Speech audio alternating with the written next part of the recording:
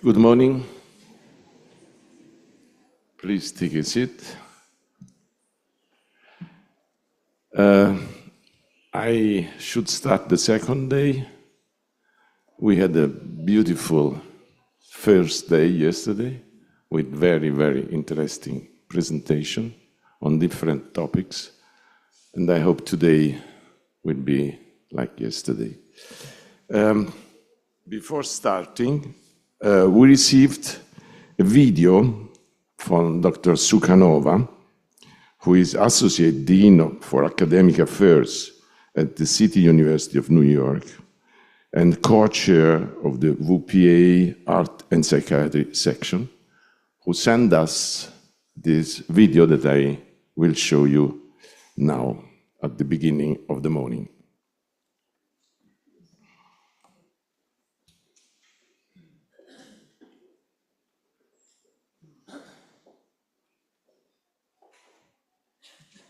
Esteemed organizing committee, distinguished guests, dear friends and colleagues. My name is Ekaterina Sukhanova, and I would like to convey my best wishes for the success of the WFP Regional Congress on Psychotherapy, Creativity and the Arts.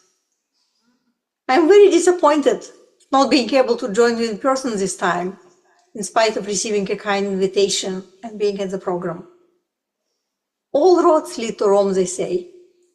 But to my deep regret, and due to unforeseen circumstances, I had to take a different road this time. You, however, still have a program ahead of you that is bound to be intellectually and aesthetically stimulating, and I do hope you will take full advantage of it. I'm looking forward to other opportunities to work with many of you in the future. At the moment, we are exploring the potential for the City University of New York, CUNY, to collaborate on the 2026 WFP World Congress. CUNY, as many of you will know, is one of the largest urban university systems in the country, with over 225,000 degree-seeking students hailing from over 130 countries. Only the United Nations, whose headquarters, by the way, happen to be down the block from the CUNY headquarters on 42nd Street, can boast greater representation of diversity. In addition to the CUNY School of Medicine, where my appointment is, one of the most diverse medical schools in the nation focused on combating health inequities, CUNY has campuses in all 5 boroughs, and it comprises such institutions as the CUNY School of Public Health, offering the DPH, and the CUNY Graduate Center focused on the PhD level education, including the PhD in clinical psychology. Across the system, many other healthcare-related programs are offered, serving the needs of the city and state. I'm positive the WFP World Congress will be of interest to many CUNY faculty, and we are looking into more specific ways for CUNY to actively engage with planning and implementation of the event.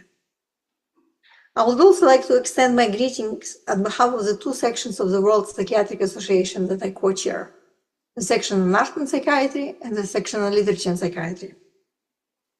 We will be sharing information about the WFP Congress with members of our sections, as well as other members of the WPA community at large. And I'm sure we will find new synergies for working together with WPA as well. For example, one of the key activities of the art section is organizing exhibits of outsider art to fight stigma and initiate conversations on the origins of creativity and the mechanisms of art production and perception. With its powerful potential for changing both the self-regard of the artist and the externally imposed identity, art is the anti-destiny in the poignant expression of André Malraux, a French novelist, art theorist, and a one-time Minister of Culture. As you examine the role of art in diagnosis, healing, and reintegration, I wish you a most successful and memorable Congress. Thank you so much, and until next time.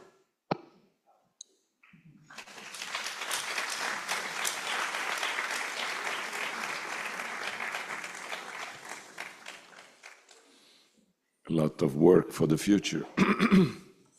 Now, we will spend a few words to present our School of Psychotherapy.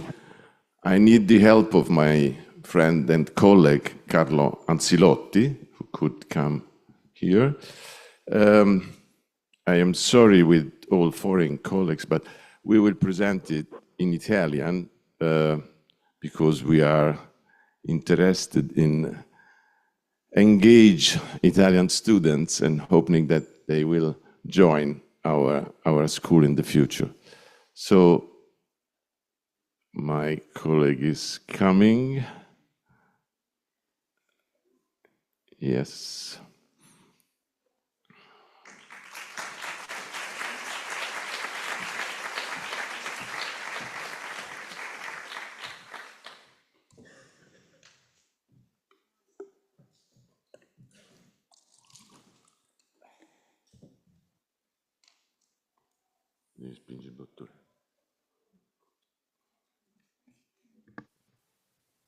Buongiorno a tutti. Good morning, everybody. So the first speech of the second day of conference is by Professor Paolo Fiori Nastro, who will tell us about a new school of dynamic psychotherapy that has been given the name of Psychè, a school that is based on the theoretical and methodological elaboration of Massimo Fagioli. It is directed by Gianfranco De Simone. The educational coordinator is Paolo Fiori Nastro. I remember that 2 years ago, in a conference organized for the 50 years of death, instinct, and knowledge that took place in Rome, and probably many of you remember it, Paolo Fiori Nastro there presented the school, linking it on the one hand to the theory of Fagioli, and on the other hand to the experience of analisi collettiva, collective analysis. The link with the theory can already be understood from the name, bios psyche. These two words underlie the fusion between mind and body that characterizes human birth. As per the analisi collettiva, the colleague argued instead that the school was born from this experience that was characterized by being at the same time care, training, and research. The school deals specifically with training and has highly experienced teachers such as Paolo Fiori Nastro, of whom I will give you some information. He's a neurologist, a psychiatrist, a psychotherapist. He's the author and editor of many publications. I would like to remind you the history of psychotherapy and psychosis that was issued last year, and the history of the therapeutic relationship. These books were edited together with Gianfranco De Simone. He worked in Siena and then in Rome's universities, where, among other things, he was also co-founder and coordinator of the first psychiatry PhD on early interventions on psychosis, joining in this research a large group of young colleagues with whom he participated in several international conferences, thus contributing to their training and more in general to psychiatric research. The colleague is also a member of the board of directors of the Massimo Fagioli Foundation.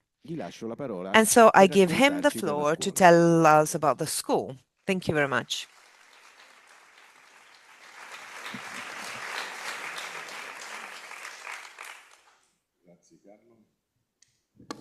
Thank you, Carlo. Thank you. On the website of the Ministry of Education, University and Research, we can read that schools of psychotherapy have the aim of giving students a training that is appropriate to psychotherapy activities, according to a methodology and a theory and a culture that are scientifically recognized at the national at the international level. The school issues a specialization degree that is equivalent to that issued by universities. So the school, despite being private, actually issues a public degree. The Bios-Psychè School of Dynamic Psychotherapy was recognized as a school of psychotherapy on the 15th of November 2018. We are therefore in the 6th year of activity with 59 teachers and 64 students.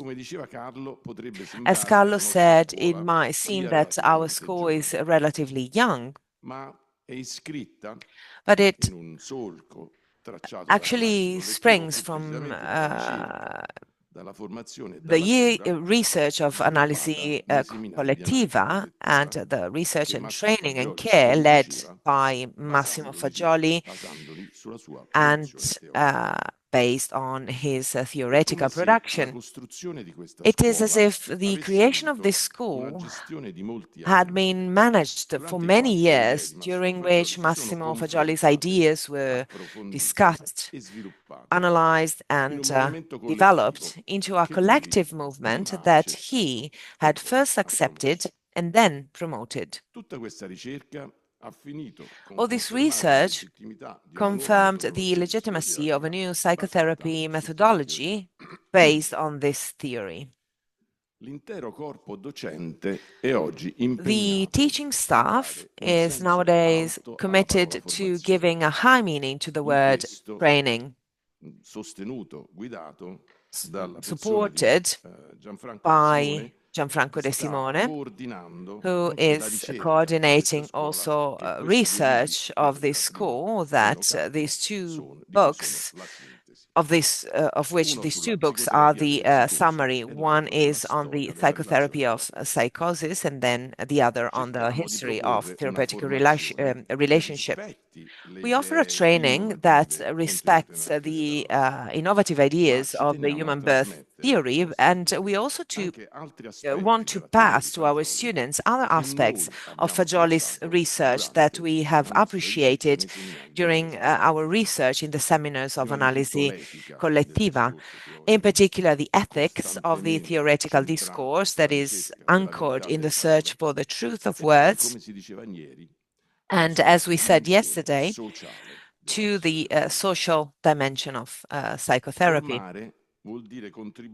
Training means contributing to the process of defining and developing the human identity of future psychotherapists, because we know that everyone's identity is forming your own choices, but the school must ensure that this is consolidated, since future psychotherapists will have to recognize and distinguish the human from the human, so the healthy from the unhealthy, to treat it with psychotherapy.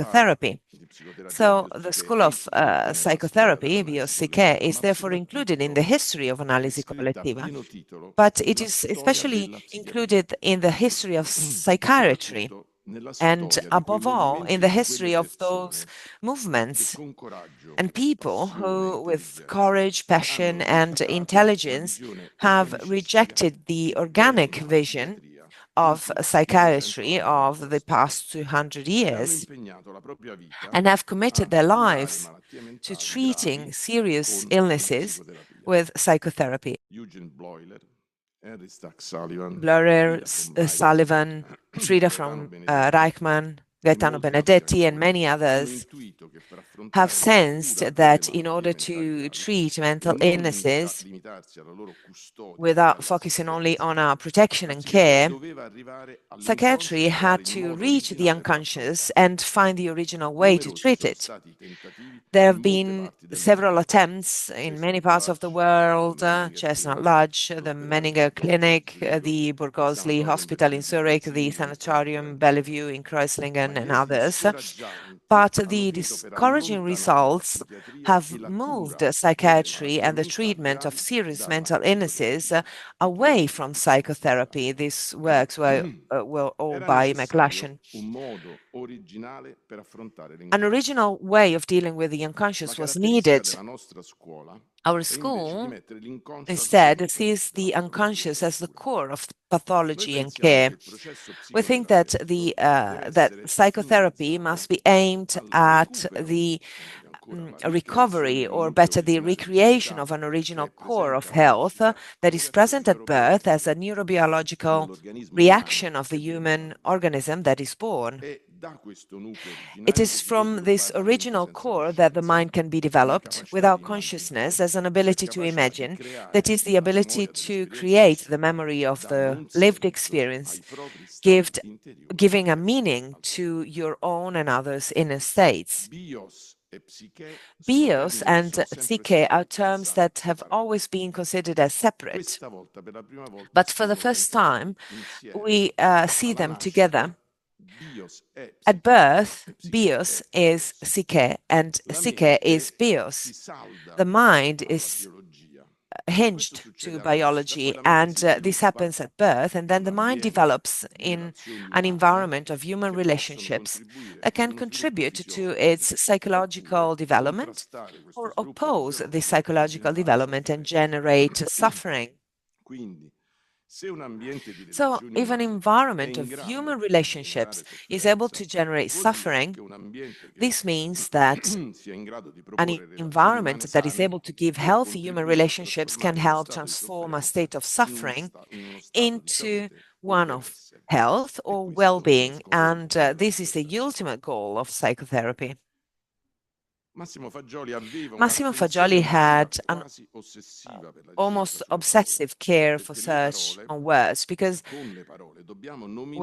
words must name mental realities, may they be healthy or non-healthy, like vitality, ability to react, to imagine. And these are mental realities that cannot be perceived by our senses.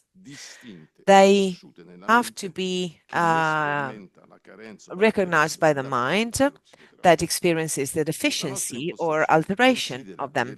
Our approach considers knowable mental realities. We have the words to name them, no words that we use to think about mental reality of the object, that we use to look for the psychic phenomena they refer to observe their existence and to understand their alterations by grasping the connections with psychopathological forms. Psychopathology is a specific area of interest of the school. We know that it is an essential reference to direct diagnosis and the treatment within the therapeutic relationship. We have to start from a systematic examination of the causes of symptoms and its cause in order to find the direction of treatment with its relationship with the unconscious and interpretation. This interpretation is aimed at knowledge and must be capable of translating the language of thought into images of dreams, as said by Francesco Fagioli yesterday, and also Marcello Fagioli, but also of discovering the effects and the latent in the unconscious relationship. Therefore, the psychopathology to which we refer to is not aligned with the observation of human behavior as an object, but it is enriched in a psychodynamic sense. This psychodynamic approach, illuminating the fields of subjective experiences, approaches the nuclear dimensions of pathology. In particular, it reveals the failed nature of the attempts that each patient makes to overcome the progressive loss of meaning in their relationship with reality. We believe, because we have learned it from the birth theory, that human beings were born with an identity which allows to live the experience of human relationships as subjective, with an ability to express yourself as different from others. This new idea of non-conscious opened the doors to new concepts on the pathogenesis of mental illness, but especially on its cure with psychotherapy. It is a paradox that we have many things in common with psychoanalysis, meaning that we too believe that the psychotherapy and its process are based on setting, transfer, and interpretation. But what separates us from psychoanalysis is the idea of unconscious. For psychoanalysis, it is a removal of impulses and representations of consciousness that are unacceptable, forming then the removed unconscious together with the unconscious that is inaccessible to knowledge, that yesterday was called unbewusst. With Massimo Fagioli and his birth theory, a new way of doing psychotherapy was born with the interpretation of dreams, the knowledge of thought without conscience and care. There can be in everyone the thought of birth. So it was with Analisi Collettiva, and so it must be for the new way of doing psychotherapy. Thank you.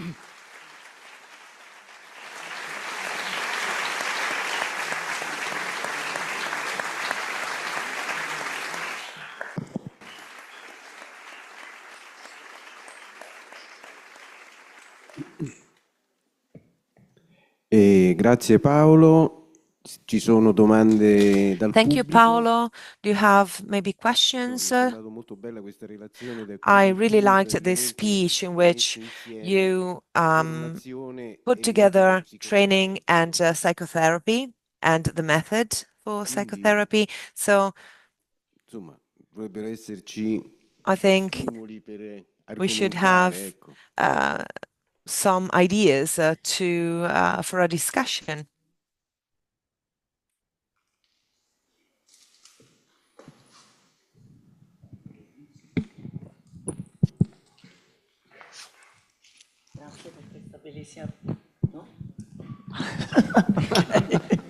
It was upside down, okay. Good morning, buongiorno, grazie per questa bellissima presentazione. Good morning, thank you for this great presentation of the school. It is an extraordinary work to transform what was the work of Analisi Collettiva.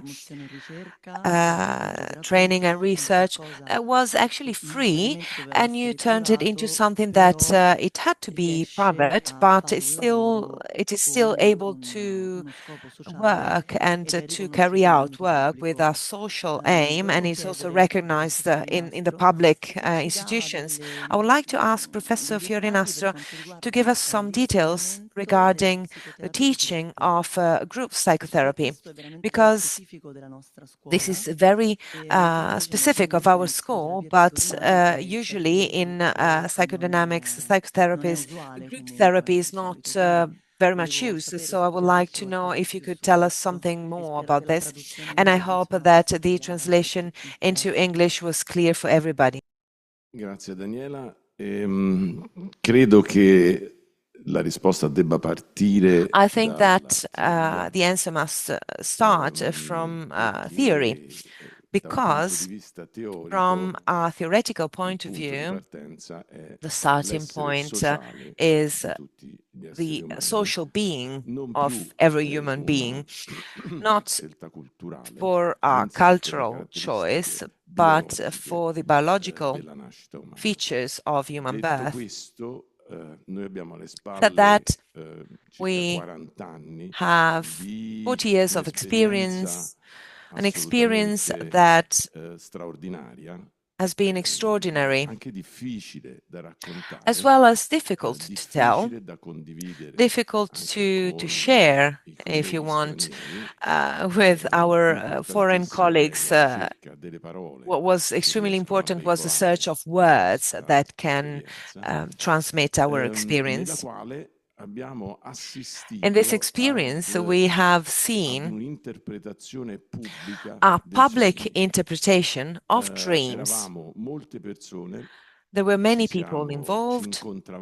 We would meet in the same day, in the same place, in order to assist and participate to our totally free psychotherapy. Yesterday we heard about research in other countries in the world that are not so close to ours, to our experience. And this Analisi Collettiva came out in a very controversial period, historical period, and it involved people that were looking for a meaning in their lives, meaning that was lost in the infinite experiences of the 68, of the 70s. And we were able to take part to this extraordinary phenomenon of the public interpretation of dreams. It seemed to be an incomprehensible event, and so it was for a long time. And for sure, human birth theory helped us to understand what we have lived personally. And so from that experience in the year 2000 and following years, many studies and research were developed. We will hear talking about it from some architects today. And in this research, we pass from individual to group psychotherapists. Initially, the groups were very small, and then they grew.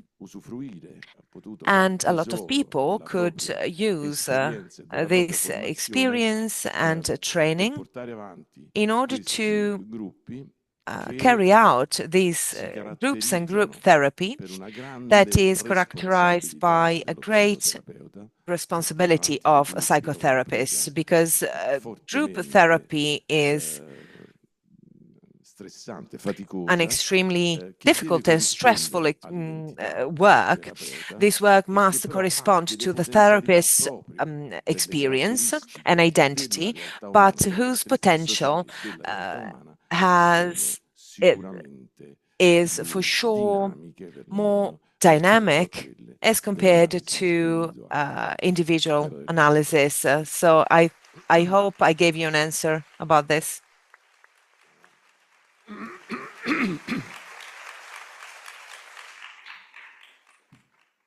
Allora, passiamo direttamente al prossimo panel. Okay, let's pass now. Let's go to the next panel. Paolo Fiori Nastro. The discussant is Helene Nissen-Lie. The speakers are Jennifer Downey, Daniela Polese, Federica Amerio, and Giancarlo Leonelli.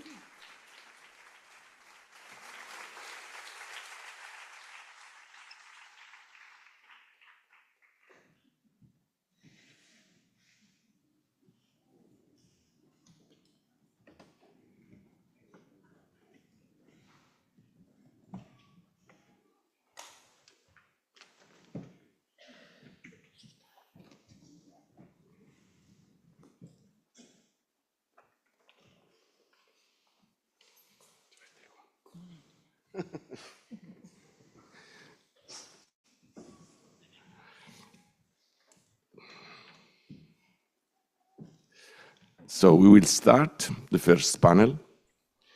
We will have 4 presentations, and at the end, our discussant, Professor Helene Nissen-Lie, will try to find a common sense in all these very complex and ambitious presentations, and then we will start the discussion. The first speaker is Professor Jennifer Downey. She comes from Columbia University. She is professor of psychiatry. She is also a researcher interested in women's health, both minority and non-minority sexuality, individuals with medical illness, and psychoanalysis. She teaches psychoanalysis.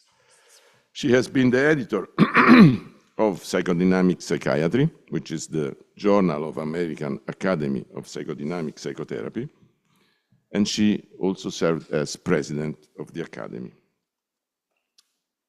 Actually, his interests include physician well-being. That's very interesting. So she will present psychotherapy and creativity, caring for physicians.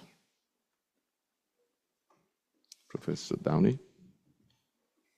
I'm very, very honored to be here today and to be invited by these two wonderful organizations to come to this beautiful place.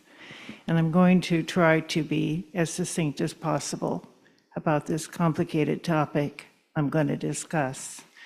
Creativity is a general word. We will be thinking here about how psychotherapy may free physicians, releasing traits locked inside them so they can achieve their life goals more effectively. We're not going to be discussing doctors as creative artists here. The medical literature demonstrates the high incidence of depression, substance abuse,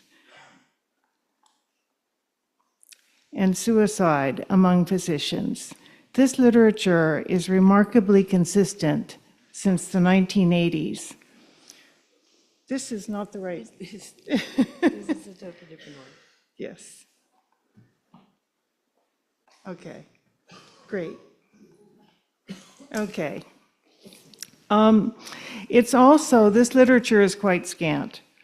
An important report confronting depression and suicide in physicians, a consensus statement, observed that 35% of physicians have no regular source of health care, which of course means they're taking care of themselves. Dangerous situation. Over 90% of physicians who die by suicide have mental disorders and/or substance use disorders. Most commonly, the conditions are affective illness and/or substance abuse disorders. Most commonly, the rate of completed suicide by physicians is unknown, but of known suicides, physicians commit suicide at higher rates than the population at large and at higher rates than comparably educated professionals. When studies are anonymous, physicians report high rates of lack of satisfaction with their work, poor life-work balance, depression, anxiety, and thoughts of suicide. Although male physicians are more likely to complete a suicide, female physicians report a higher incidence of depression and suicidal thoughts than do their male peers. Medical students and trainees may have even higher rates of emotional problems. A meta-analysis of over 17,000 resident physicians published in JAMA reported depression or depressive symptoms in 29%, almost a third.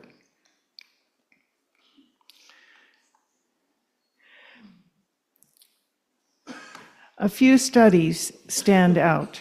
This one, published in General Hospital Psychiatry in 2016, studied over 2,000 female physicians who were members of a private Facebook group. Almost 50% of the physicians believed that they had met the criteria for mental illness at some point since finishing their training. They had not, and all of those had not sought treatment. So of the ones who thought that they were, it was almost 50% who felt they had had an illness and had not sought treatment. The reasons they had not sought treatment were diverse. They said they believed they could manage without treatment. They said they didn't have enough time to receive treatment. They were afraid of reporting to a hospital committee or medical licensing board, and nobody believed that there was confidentiality. And they also reported the belief that the diagnosis was embarrassing or shameful, which is very important. Of the women who received some kind of treatment, significant numbers reported prescribing for themselves, always dangerous, paying cash for prescriptions so that their diagnosis would not be known to their insurance company, and consulting mental health clinicians outside their geographic area. This crisis in caregivers failing to receive care and therefore being rendered less able to give good care to their patients has been studied and written about for decades. But the House of Medicine has not changed. Doctors are still filled with shame if they think they are emotionally ill. The hospitals and medical schools that employ them often approach practitioners' problems punitively, with an eye to shifting blame from the facility. With the advent of the electronic record, administrators who are not doctors impose on physicians hours of extra work a day. One study reported 4.5 hours interfacing with the medical record during the day, with 1.5 additional hours performed at night during the physician's so-called leisure time. Some hospital systems have put a recent focus on trainee wellness without addressing the significant bureaucratic burdens they have added to the physician's role.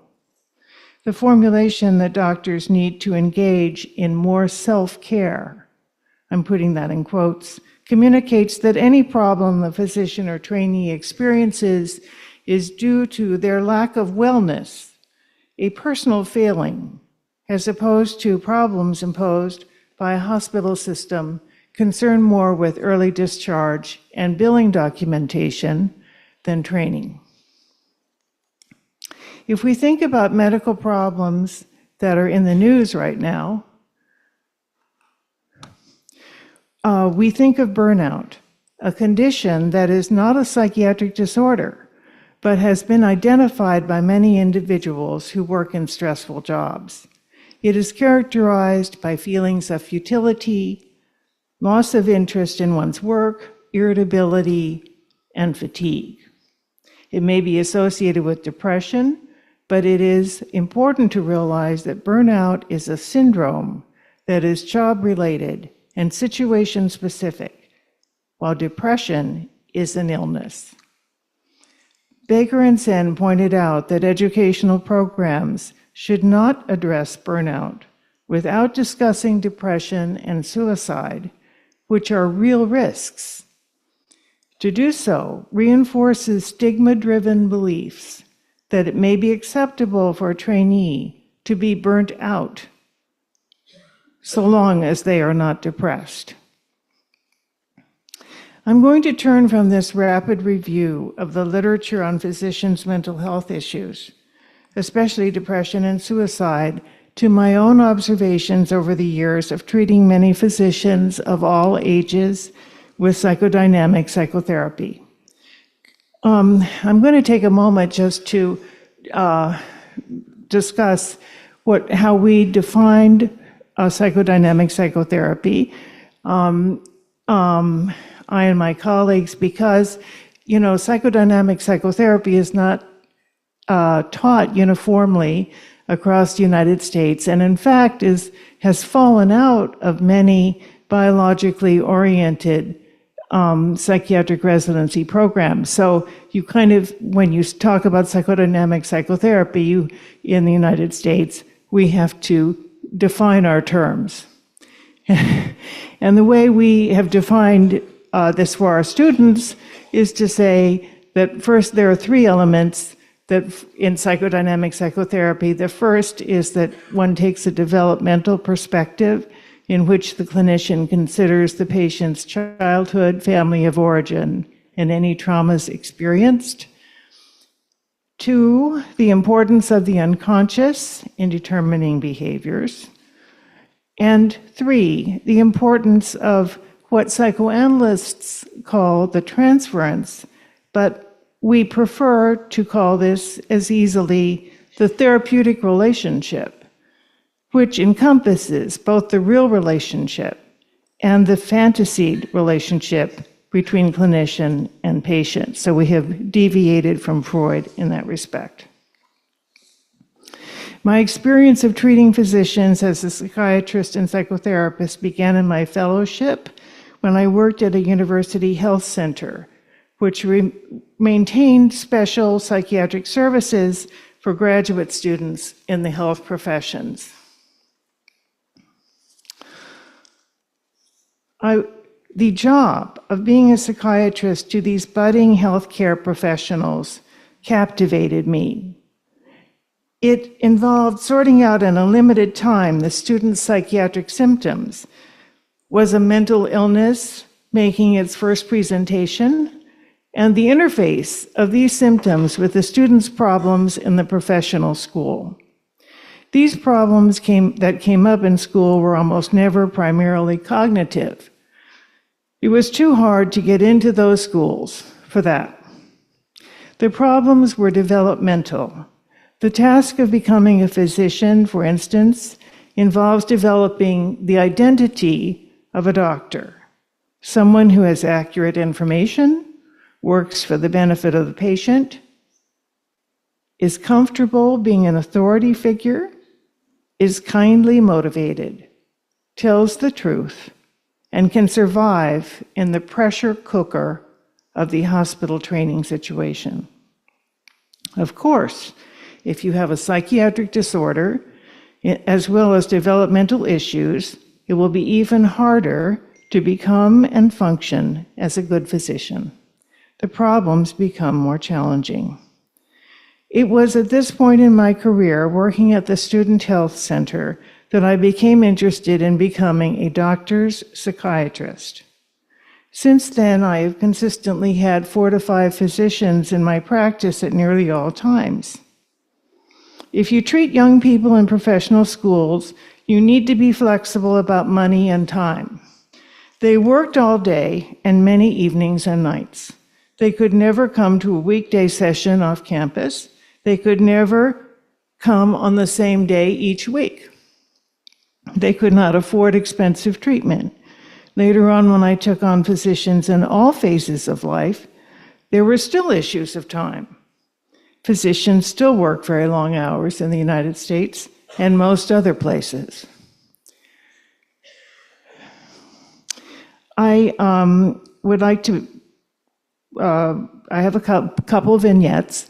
I'm going to skip one of them because I know we're short on time today. But all of my cases have been heavily disguised. So I'm going to skip. I had a vignette of a student who, at his first code, left the hospital and never came back. So that was my first medical doctor case. That person had not really developed the identity of being a doctor, of course. So at this point, moving on to older doctors, let's see. This is a slide about how training of a physician does not just involve knowledge and skills, but also resocialization, to think of oneself as a physician and taking one's place in the culture of medicine, which of course is a changing thing. Okay, I'd like to consider for a moment the identity of being a physician. Erik Erikson wrote at length about acquiring ego identity as a critical task of adolescence and young adult life. By this, he meant both the intrapsychic phenomenon with conscious and unconscious components and an interpersonal phenomenon relying on cooperation by the social group. Erikson believed that identity is continually reworked through the life cycle, and I do think that is true of physicians. Surely. For the psychodynamic psychiatrist who treats physicians, the identity of being a physician comes up over and over again in the clinical situation. Much has been written about the change from looking upon medicine as a calling to the engagement with medicine as a form of work, with work being the centerpiece of one's identity and life purpose. And the corporatization of medicine has also drained meaning from medicine as a career for many young physicians. Some trainees report feeling like cheap labor, far from the exalted status of doctors in the past. The identity of being a physician, despite recent changes in how medicine deals with trainees and practitioners, is important for all doctors whom I see in the consulting room. Losing the identity of being a physician because of illness or age and impending retirement or disciplinary problems may be a serious problem for physicians at the other end of the life cycle. The psychodynamic psychiatrist sees this situation too as a developmental issue. I'm going to illustrate here with a vignette. Dr. T was a physician in their late 40s when they called my office to make an intake appointment. On the telephone, Dr. T mentioned that they had decided they should let someone else prescribe their multiple psychiatric medications, which they had been doing themselves. These included medications for depression, anxiety, sleep, and ADHD, attention deficit disorder. Dr. T, on the phone, then started to cry, saying that they had many physical illnesses and that because of them they had concluded they should no longer be in practice. The plan for the day that they called me was to contact each of their patients and terminate their treatment. This was an extraordinary self-referral. I did consider whether she was suicidal. And she did not, they did not have suicidal ideation. And so I gave the patient an appointment 2 days hence. And I asked them if they could wait to contact their students until we met, their patients until we met, and the patient agreed to do so. Dr. T had experienced a childhood illness which led to long periods of hospitalization and absence from school. They were intellectually gifted and found many ways to keep themselves engaged and interested with minimal input from their parents, who were busy with career and family duties. Medical school had intrigued T greatly, and they loved to keep up on medical discoveries and developments, and that included until the day the patient called me. However, as Dr. T grew older, their physical problems increased. They began to avoid medical care and used the rationalization that they were too complicated to be understood. At the time they communicated with me, they had received only a single medical visit in the last 5 years. Their medical care was poor, and progressively they avoided leaving the house. Overwhelmed with trying to understand and medicate themselves for so many problems, some of which required more intervention than medicine, they had become depressed. It was at this point that they decided to close their practice. On the same day, however, they also referred themselves to me. Dr. T rapidly returned to seeing patients in their practice. I would call that, that piece of it was a transference cure, because the patient, having confided in me the doubts and shame of loss of ability to take care of patients, was when she had shared that with me, the patient felt better. There was no need to close the practice. They could obtain the medical care they needed if they were willing to leave the house for it. The largest part of their treatment after that was to figure out the root of their anxiety, which led to their avoiding medical treatment and enabled them to improve self-care. Once this was done, they became able to leave the house comfortably. We continued meeting to discuss their confusion over turning from a doctor, as they saw it, into a patient. Of course, this individual had been a patient as a child. We simplified their medication regimen, which had become a source of obsessional worrying. Though they had given themselves many diagnoses, my own impression was that they suffered primarily from a mix of anxiety disorders, including agoraphobia, illness anxiety, and obsessional traits. The depression they were experiencing at the time they contacted me rapidly dissipated. In my practice, I see no patients solely for medication. All individuals receive psychotherapy, with about half of them receiving medication as well.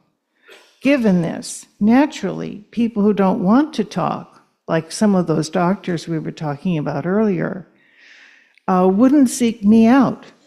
Of the 40 or more physicians who have been my patients, many not psychiatrists, I am struck, of course, by the many presenting complaints they brought. Some came from medical management of already diagnosed mental disorders, but wanted to talk about adverse effects in their lives and practices. Others came for existential crises, the death of a husband, grief over the loss of their medical career, when an illness prevented their continuing to work. Others found the work of maintaining relationships and caring for patients too taxing. Almost everyone wanted to talk about the work of being a physician. Do you remember we spoke in the beginning about how few doctors who suffer from emotional symptoms and illnesses, even suicidal ideation, seek out treatment? This remains a problem in our profession. It is important for each of us to do what we can to correct that. Treating physicians is gratifying work. I think of it as similar to throwing a pebble into a lake and watching the ripples go out. If you help one desperate or depressed physician, you have helped all of his or her future patients. Many authors have noted that doctors who have been successfully treated for a mental disorder are more likely to recognize mental health issues in their patients and to refer them effectively. There is great satisfaction from the long-term benefits of treating physicians who need help. Thank you.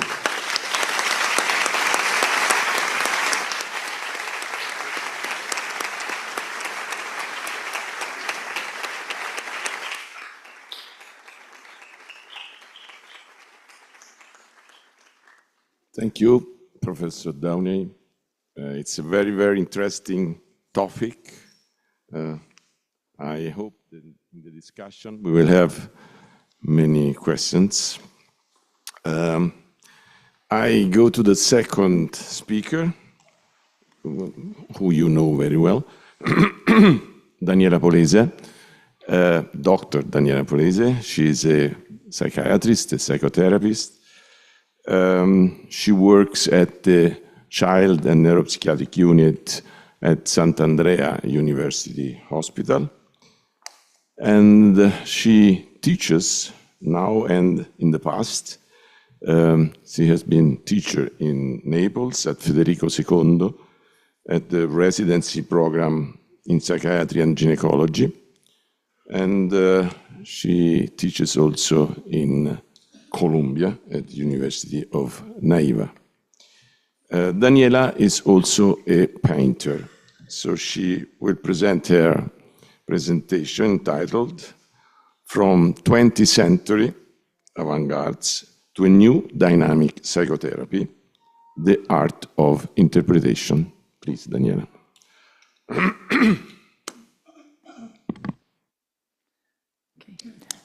Thank you, Paolo, for your presentation. Okay. I'm trying to tell you a particular process of new century art that can be connected to our work in some way and interpretation. Okay. The transition from the 19th to 20th century was a significant cutting edge, turning point in science and art, and it's very impressive. You can see how the Planck's new quantum physics, Einstein's theory of relativity, and the Nobel Prize awarded to Röntgen for the discovery of X-ray. Everything was not directly perceivable. These discoveries unveiled such a inner world that was real but not immediately visible.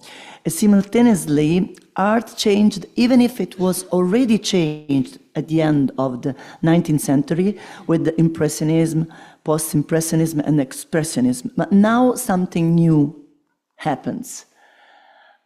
In the center you can see the first abstract watercolor, which is very, very famous because not only the figure was disappearing, but new kind of art came up. From Klee to Kandinsky, Malevich and Mondrian, there arose a deep need to abandon figurative art and explore beyond the visible, ultimately leading to Cubism with Picasso and Rothko, and later to abstract expressionism of the New York School.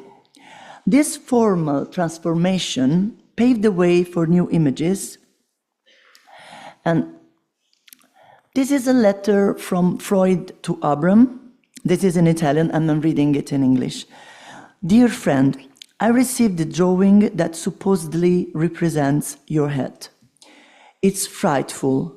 I know the person you are, and I am all the more deeply offended that a small gap in your personality, such as your tolerance or sympathy for modern art, should be so cruelly punished. I've heard that the artist claims to have seen you that way.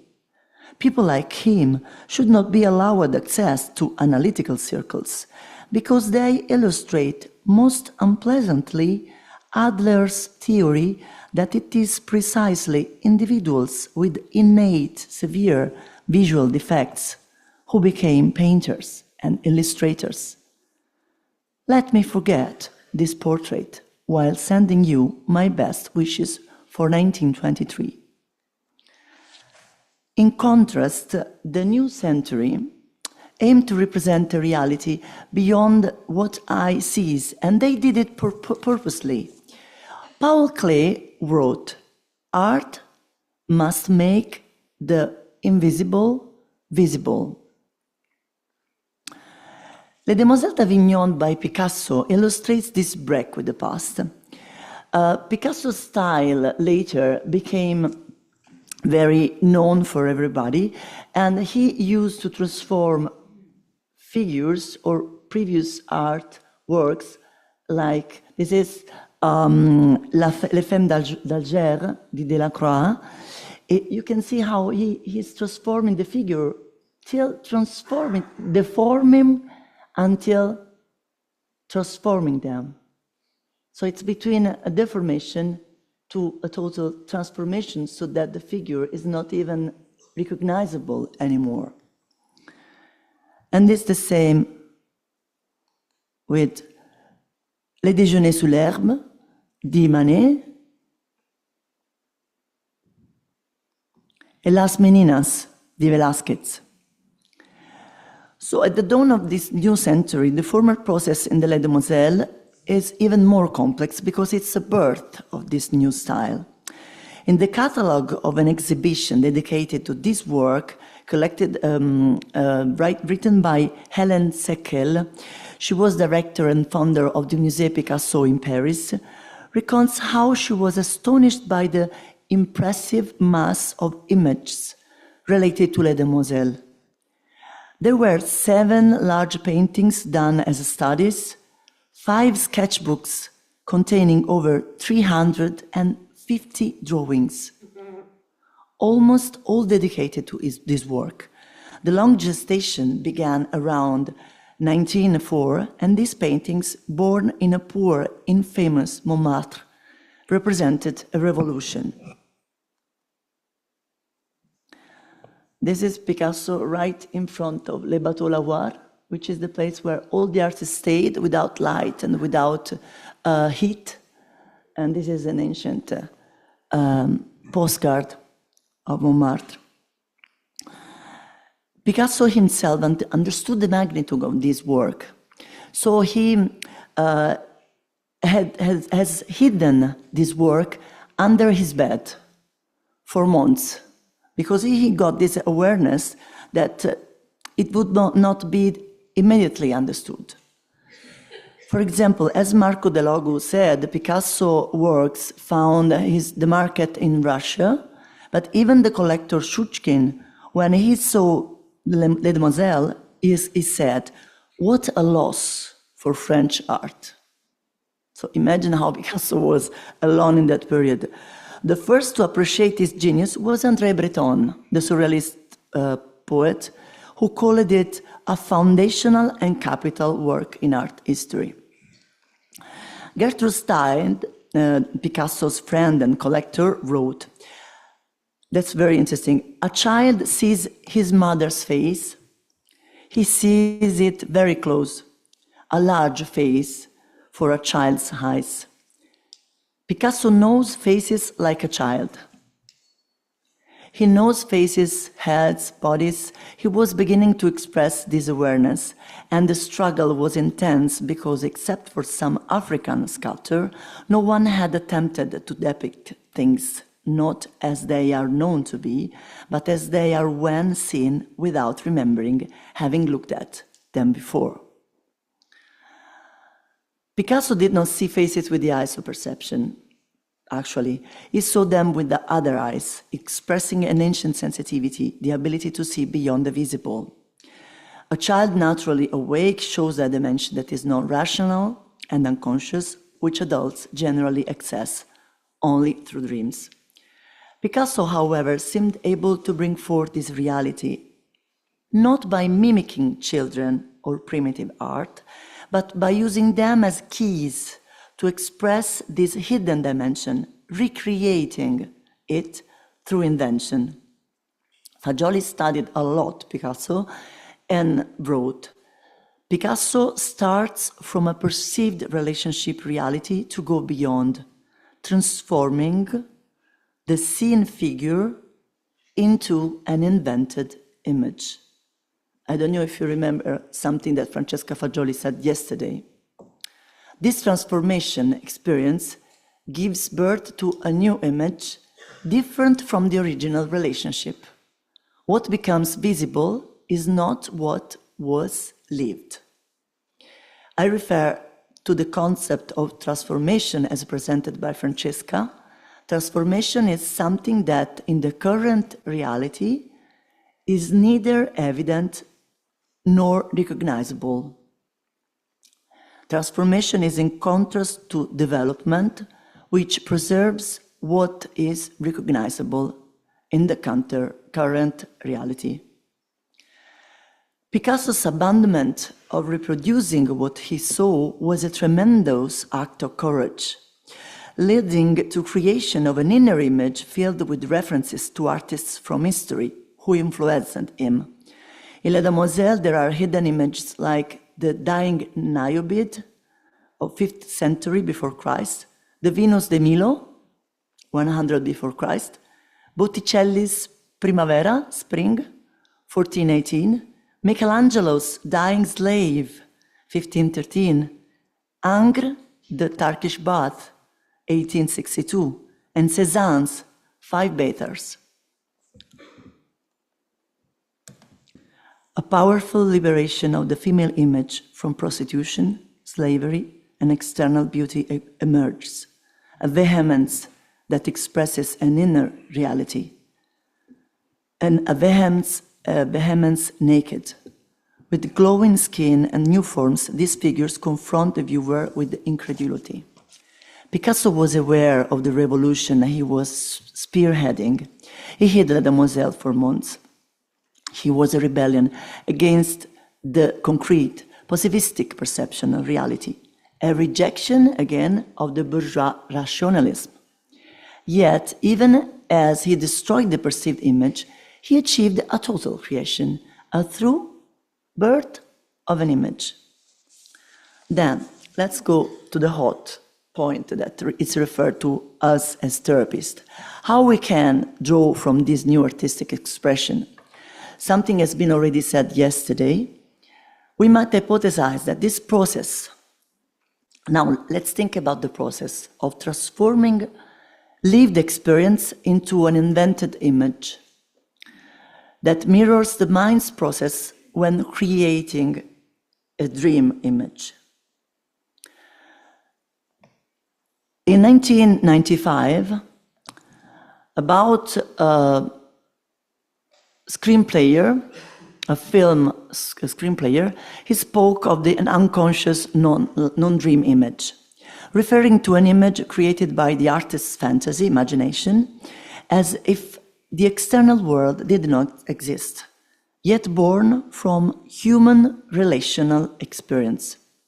This image is unconscious, but unlike a dream, it appears during wakefulness and manifests in artistic creation. And I cite Fagioli's. I recounted the entire history of conscious memory, of the figure perceived by the retina, and then of the inner image that may be linked to the mysterious world of the night in which the mind sees images that are not exactly the perception or photograph of the object, but are transformed, until concluding that an artist is such if he can offer us not a series of photographs, but of interior images. This concept emerged in our research, particularly on May 12, 1995, in Naples. An unconscious image, but not of a dream, not dreamlike. That is an image the artist is able to bring forth during wakefulness, which is not the perception or conscious memory of what is seen or felt. The formula is unconscious, not non-dream image. Just as artists create a new image for their experiences, where the experience is not directly recognizable, so does the mind in creating dreams. There is an inevitable parallel with the dynamics of human birth, as described by Fagioli too. So let's move to the human birth. At birth, in response to light, the new stimuli of the external environment, the newborn's mind creates an image based on the experience of contact, the previous experience of contact with amniotic fluid. It's a sensitive trace on the skin. So a calm, warm image comes up. Okay? This image allows the infant to resist the bombardment of external aggressive stimuli and find calm. Knowing this process, the therapist can understand the patient's thinking in images and view the dream as transformed image that reflects the patient's thoughts. The way, as Francesca said yesterday, the patient creates this dream image reveals an emotional content, a thought. For example, in a group psychotherapy, which is typical of our school, as Paolo said this morning, the dream about the group psychotherapy might reveal how the patient perceives the therapeutic relationship in the group, whether it manifests as a meal on a roof garden of a 5-star hotel, or a frugal snack in a dim, decaying tavern. The work of artists like Picasso during this period gives us insight into how the unconscious world transforms a perceived experience into a new image. This is an unconscious, not dream image. As therapists, we can be inspired by the creativity of artists and recognize the hidden image within the patient's dreams, interpreting its meaning and emotional content through the process of transformation. This theory, human birth theory, recognizes coherent and imaginative unconscious thought and a mentally healthy newborn from birth. And in artists, it recognizes through thought and images. So we can consider unconscious as a thought. The therapist's task into transformation, what they see in the patient's images into thought, into interpretation, is very hard. With words, we therapists carry out a creative process, moving from image to words.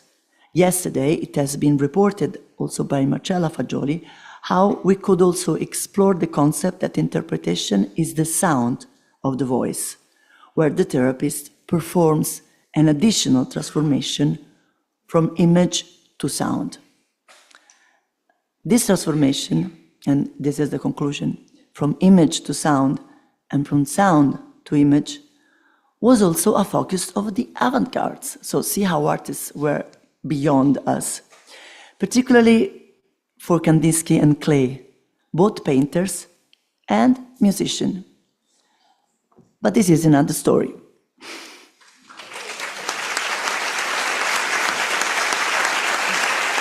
No.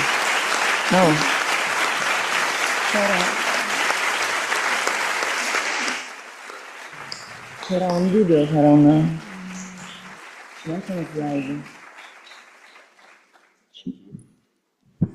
Thank you, Daniela, for your presentation.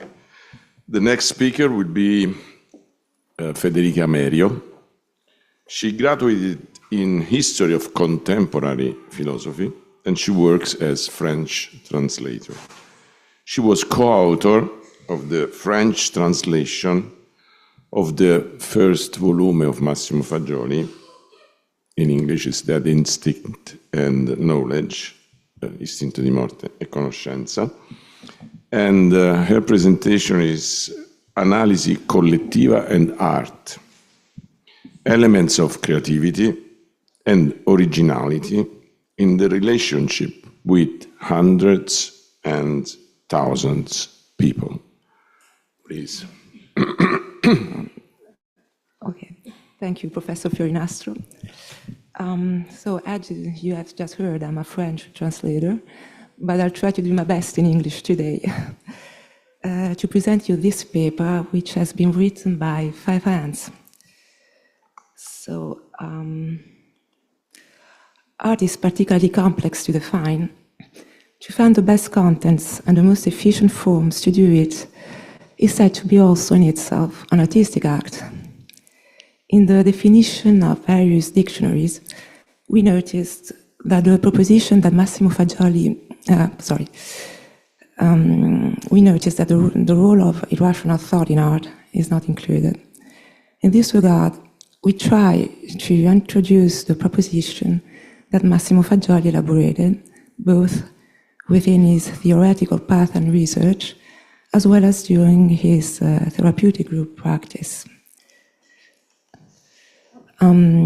We know that Fagioli gives utmost human value to the rational world, which forms itself at birth and is physiologically healthy, and to each of the non-conscious or aware expression of this natural capability to imagine.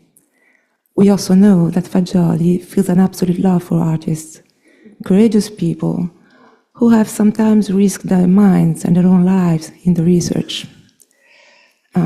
In this regard, he affirms, I am interested in this research on this psychic reality whose representation, mediating figures, forms, sounds, etc., leads me to an interhuman relationship that is the most knowing as possible, and as such, the most human.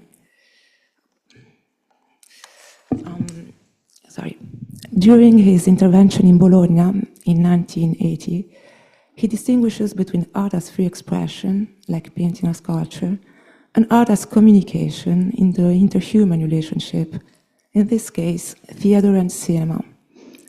In the former, the artists makes their invisible visible, their own internal contents, while in the latter they propose, within a subject-object dialectic, a transformative intention and a purpose.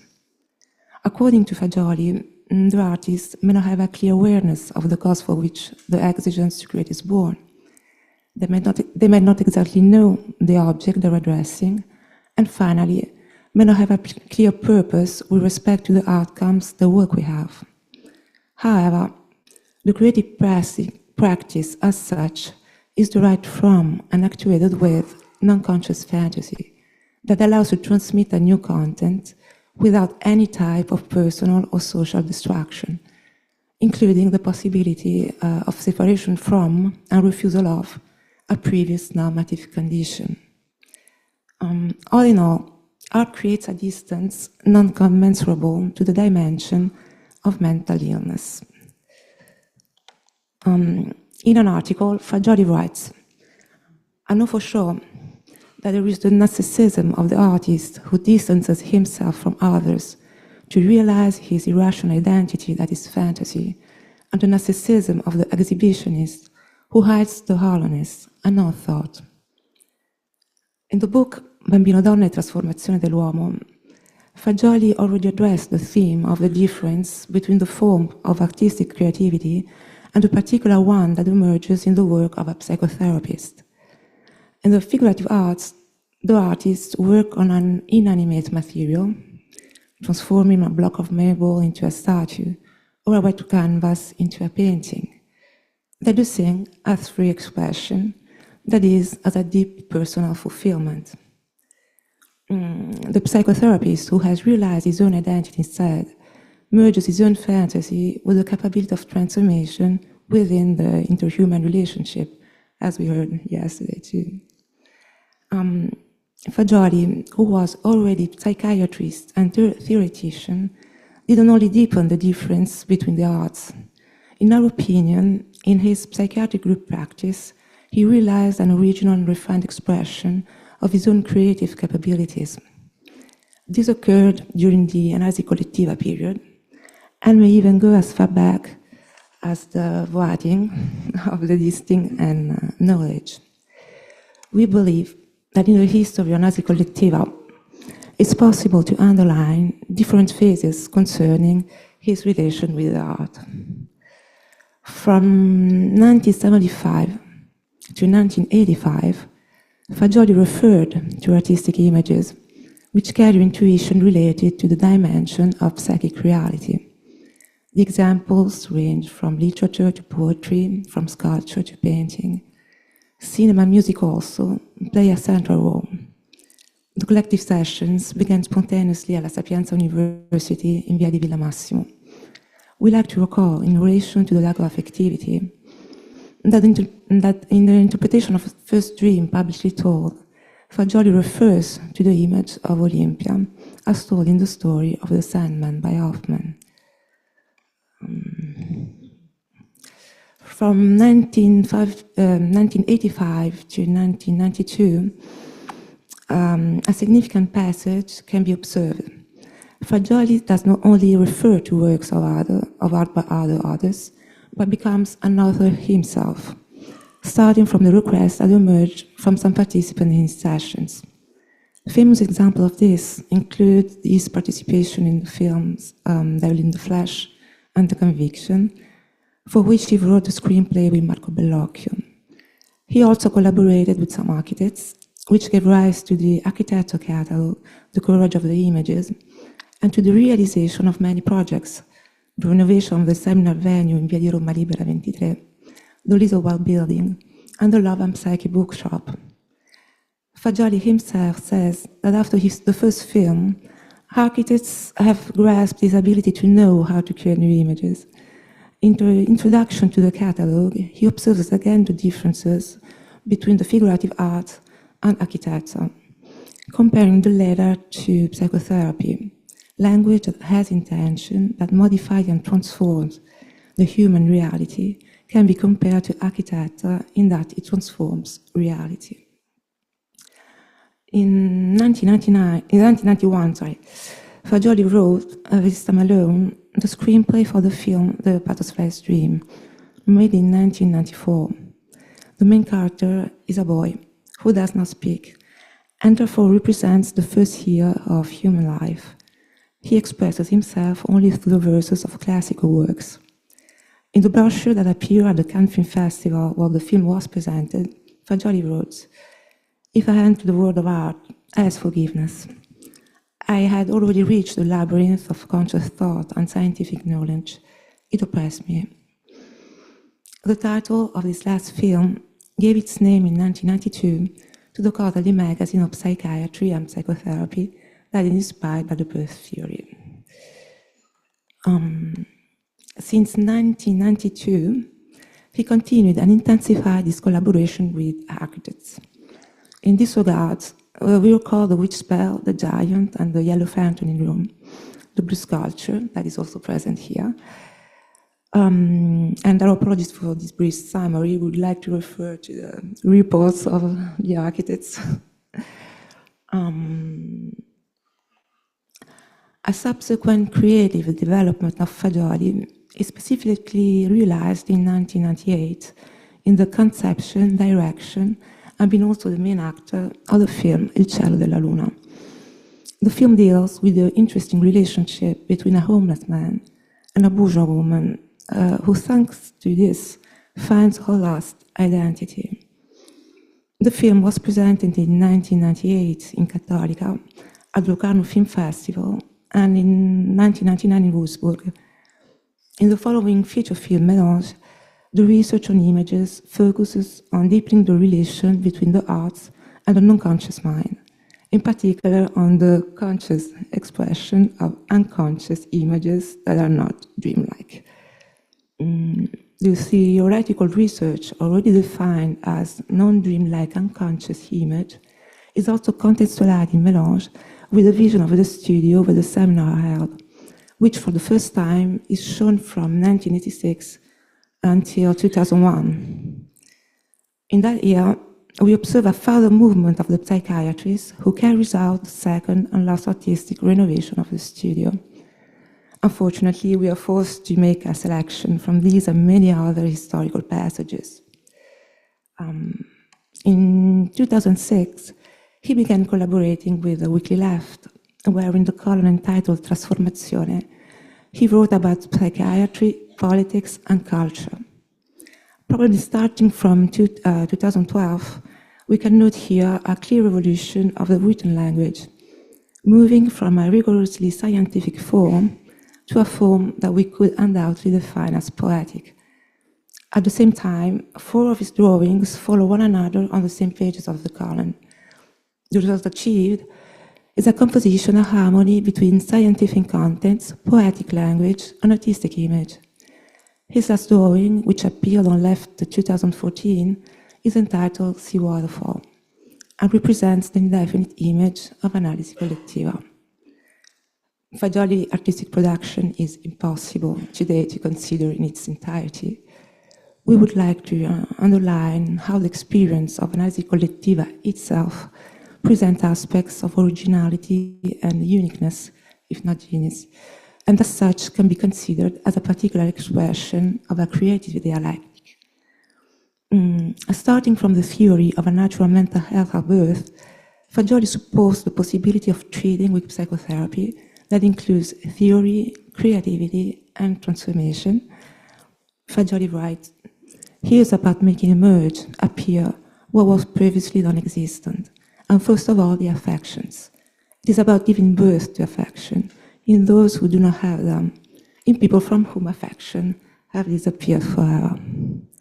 And then he adds that there are no objects to model, but instead a practice based on images, affections, and words.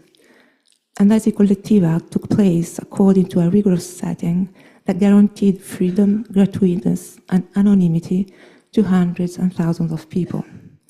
The interpretation of dreams takes on a pivotal role in the psychotherapeutic process. The setting, the therapeutic relationship, and the interpretation of dreams are therefore fundamental scientific factors, intrinsic, we could say, but endowed with profound artistic quality due to the markedly dynamic and transformative profile. During the 40 years of analisi collettiva, from dreams accompanied by this content research on artistic language, Fagioli practices on the participants a treatment of human image first, in a language in which these are understood in the genesis, sometimes in their destructive potential, or valorized in their intuitive potential. He then proposes also the concretization of personal images in relation to the large group, capable of stimulating and of representing it, often in the form of a female image. In this way, Fagioli gives analisi collettiva in the end a continuous movement that makes it a work of art itself. We finally underline how Fagioli's work can be traced in a broader sense, also in having created, beyond the cure, a dimension of training and research. The strong connection between Fagioli's thought and images is also artistically demonstrated by another drawing, in which cure, training, and research are represented as three lines of different goddesses. After his demise, the theoretical corpus promoted by the Massimo Fagioli Foundation continued to enrich this inexhaustible cultural movement over time. This movement is spontaneously fueled by those who participated in the seminars, by those who continue the path of cure within the small groups, by those who study and are passionate about the figure of Massimo Fagioli and his invaluable legacy. And I'd like to thank Emanuele, Alessia, Maria Niccolò, and Angie too for her collaboration. Thank you. Thank you.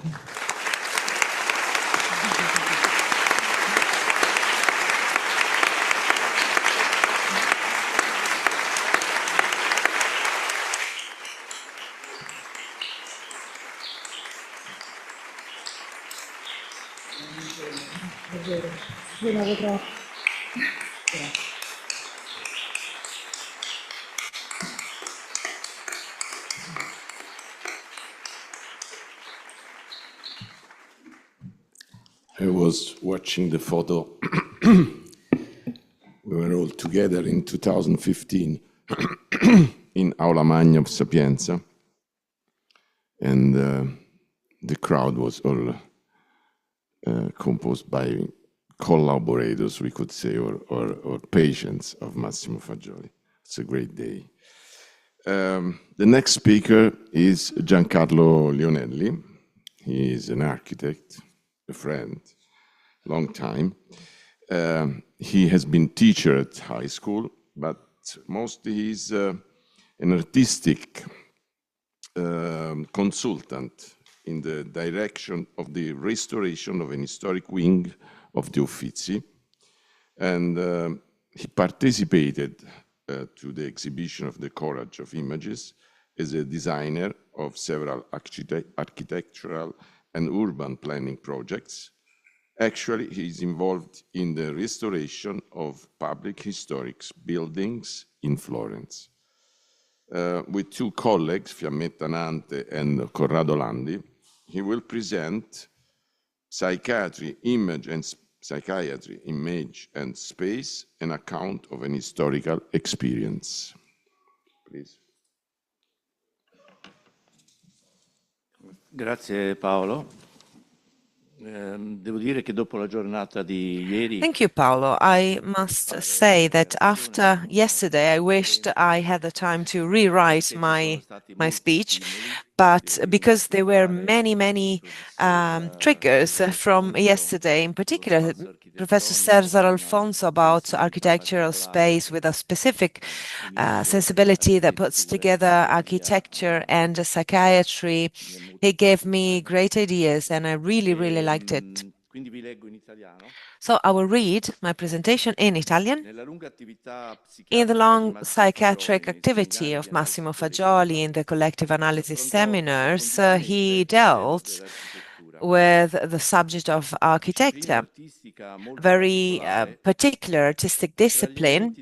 It has among its distinctive elements the interior space, and also proposes a reference to its own inner psychic space, internal psychic space, providing this parallelism, possibility of a continuous cross-reference between the art of building and psychiatry, a fruitful opportunity for study and for research. This, in order to create architectures and spaces that suggest others, the users, a reaction, a presence, a making one's own of the artist's world of images, and thus a research for greater possibilities. At certain stages in the development of mankind, the discoveries that have been made, the works of art that have been created, have led to a sometimes radical transformation of societies that necessarily has passed from a widening of their internal space to a broadening of their new horizons. Three examples that I want to give to better understand the so-called discovery of America, Brunelleschi's construction of the Dome of Florence, a cathedral, the Demoiselles d'Avignon by Pablo Picasso. When and why did the link between Massimo Fagioli's research and his practice of care, training and research and the theme of the artistic image and specifically that concerning the definition of space of human living? The image, as we heard many times, is at the core of research in Massimo Fagioli's work. The ability to imagine arises at birth as a reaction to light. The specificity of the human being that it is inherent to his ability to make images through which we can understand the thought without words and access what is referred to as non-conscious thought. Images are therefore thought, and they can be read as a language. How can then the creative process take place? The practice of relationship with thought and his work of Fagioli suggests that the creative process has two components, one that comes from outside and becomes the individual's reaction to people, things, situations, and one that is internal, that are the personal qualities of vitality, ability to imagine, and imagination. And the architect's creative expression, so the project must be the expression of an idea, of an image, but this must be such that it, let's say, harmonizes with history, the environment, and society. Let's start from far back in the prehistoric times. As you have seen from other speakers, they start from our primitive history in order to understand what moves mankind to represent in art and in their relationship with space. Human beings reacting with imagination and fantasy takes the images of their experiences into the long caves, painting feelings and shapes with colors and lines. The internal space of mankind is populated then with an alphabet of forms that will be used at night in the dream fantasies of dreams, forming a language that can be interpreted by the wise. If we enter a prehistoric cave, such as the so-called Genovese in Levanzo, in the Egadi, the islands in Sicily, we discover a world that goes from 12,000 years ago, the Paleolithic period, to 1,000 years ago, that is the beginning of the Neolithic period, and therefore of the first settlements of mankind. In the first period, in the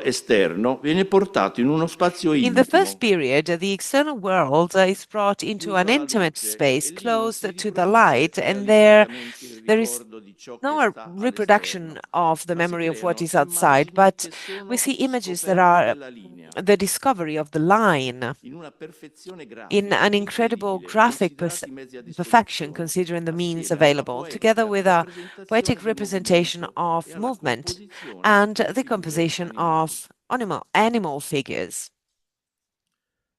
Molti secoli dopo, many centuries later, when the lands that were united become islands, and after the end of the last ice age, human beings with the same need to represent themselves and their own community start to give value, affection, and recognition to the lines engraved in the rock by their ancestors, and they represent the world of human beings that are equal, men and women that play with joie de vivre. A strange sequence of dancing men, as if in the drawings there is a progressive stylization. You see it at the right here. To get to the pure line, which is a human characteristic, and it derives from the image of the self and then of the other. What is incredible is that centuries later, Pablo Picasso drew the same thing with the sequence of the ball that turns into a line. What is remarkable, still in this cave, how inside the cave of Levanto, in a period included between the Paleolithic and the representation of the collective mankind in the Neolithic, we can see a red figurine. Probably it's a female figure, I would say feminine, given the movement represented, who with a calm behavior seems to be open to a human intercourse. Is it a signature, maybe from the author, or is it a representation of the passage from the outside, the engraved animals that we saw before, to the inside world represented by this red figure? So, following the analysis of Marcella Frangipane, an archaeologist, about the egalitarian societies that preceded the 6th millennium before Christ, we can dare to say that prehistoric art made human fantasy concrete by taking away from the word its omnipotence, when in the hands of tribal chiefs or shamans, the violence of the command and the obligation to alienation prevailed over the depth and harmony of images. It is a strong expression, but maybe we can talk about it later. And then mankind, when they bring their images outside of themselves, they build, they create architecture. They first imagine the hut, and then they make it. And then the collective builds the village. They imagine their human territory and it's delimited from the non-human world with sculptures and as megalithic constructions that to arrive slowly to the definition of human spaces with an art that combines geometric abstracts of monoliths and obelisks with the figurative arts. Our interest in the primitive world stems from the conviction that Massimo Fagioli's theory of birth, in his proposition that the human being is born healthy with immediate ability to imagine, can also find confirmation in the dawn of humanity. The psychiatrist enters the place they know to be destined to psychotherapy, the cave of the mind without consciousness, as defined by Massimo Fagioli. They immediately imagine a new space, design it, and have it realized, then give an initial shape through walls to contain the analisi collettiva. We are in 1980, and Massimo Fagioli gives life to a completely new setting, and so he speaks of it. Here is his handwriting. I saw that the light did not illuminate the invisible reality that the structure of brick, cement, and wood had within itself. I understood that it was a weird setting, the wind that blew away the thick fog that prevented knowledge. A strange thought came to me that said the word setting indicates, perhaps says, by the sound that is not heard, a reality that is not perceivable by the senses of consciousness that seems no longer exist. As we said before, actually, the conception of an internal space comes from the relationship that psychotherapists have with a mass of unknown individuals. And the first sessions and practices, we start talking about the three books of birth theory as three pillars, and of the arch, an arch that is present in this setting, a founding structure of the whole building. This arch was an invention of men to support and hold together parts that can, in fact, disgregate. It's made of elements that the more you stress them, the more they resist.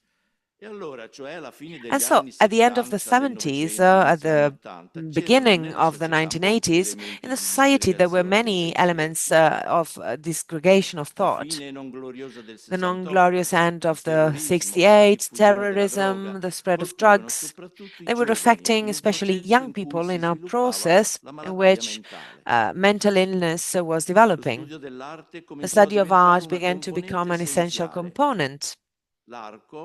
And the arch was consolidated, and together with the development of new thoughts and processes of care, the internal physical space, the space of care, became the image of know thyself and of the identity of a group and a psychotherapy relationship. And in 1980, this was the starting point to address the subject of art in crowded public debates, where they spoke about art and free expression and communication and art of information, transformation of human beings, the human reality of artists. And then in the restructuring of the setting, it was evident, and it is evident, that the composition of architectural elements and images in the internal and external areas respond to the reality that is not perceptible by the senses of consciousness. What are these elements? The circles that are growing in the courtyard, the center of which is external in the square. The shape of the wooden structure of the seats, the engravings on a wall in the shape of a wave of a sequence of lines created for an architectural project, and that were interpreted as a language. About the renovation that happened in 2001, Massimo Fagioli commented as follows: I see the studio where we do the seating, and I remember the practice, and I remember 2001 when I modified the structure with light wood that brought me to the corner, joining the two large wings.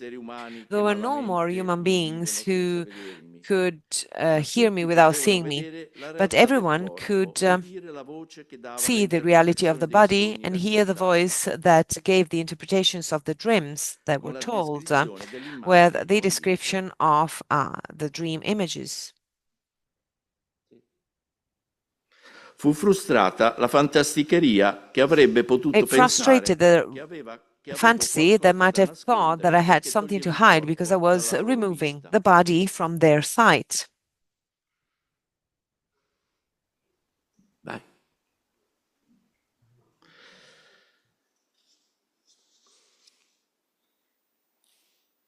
Imagination then was combined with conception, which engages with the concreteness of architecture, which is the form that human beings have imagined, starting with a hut for their relationship with external space. Architecture, when it is skillful, it creates an interior space as the identity of those who will use it, and an image that derives from the internal image of the architect that created it. As you can see, here is the room for analisi collettiva, where you see here at the bottom what was called papiro, a series of images that were interpreted as language, but that actually had to be drawings for projects for an architecture. The idea that architecture is characterized specifically and primarily by the internal space as well as by the external space only developed in the 20th century. Bruno Zevi, in his Knowing How to See Architecture, clearly stated that everything that does not have interior space is not architecture. Its specificity lies in its acting with three-dimensional vocabulary that include men. Recalling Cubist paintings and the architecture by Frank Lloyd Wright, he states the building is no longer a block of building materials to be treated artistically from the outside. The interior environment is the great fact of the building itself. The development of cities and built spaces had to find a balance with the development and the transformation of human beings. In the works designed by Massimo Fagioli, there is a continuous reference to history, to the dialogue between interior and internal space, and between architecture, sculpture, and the human element. In some works from the early 90s, the human figures come out of architectural volume, always representing a relationship, a black woman that attempts to emerge in the relationship with two men, a one-armed man and a young girl talking, this play of windows, the dialogue between the inside and the outside world, equality in diversity of stylized forms. The failure of a lot of mass architecture after the Second World War, enslaved by the property speculation and the generalized failure of the development of suburbs of major cities, became evident in the 1980s with the return of the neoclassicism void of postmodernism. An initial reaction happens in the experience of the Plan of Barcelona, in which Oriol Bohigas talks about the topic of the passage from the satisfaction of needs, a house for everybody, to the realization of needs of human well-being through a language that makes architecture as an art. And it is from this period that we talk about the need of giving an image to architecture and to public spaces. So architectures for meeting, for living, and designing new public spaces that alternate in the collaboration activities of Massimo Fagioli with architects. They create a bookshop, as you can see here in these pictures, that becomes a true cultural center, and then a building, this white building of which we see an external and an internal image that gives a face to the neighborhood. Three squares are communicating how it is a human need to be surrounded by useless but beautiful art that gives the fullness of being human beings within relational spaces. Certainly, the expression of Massimo Fagioli's research of the origin of the internal image placed at birth as a reaction to light suggests a key to give the artist the courage of images that so much culture of the 20th century had tried to destroy.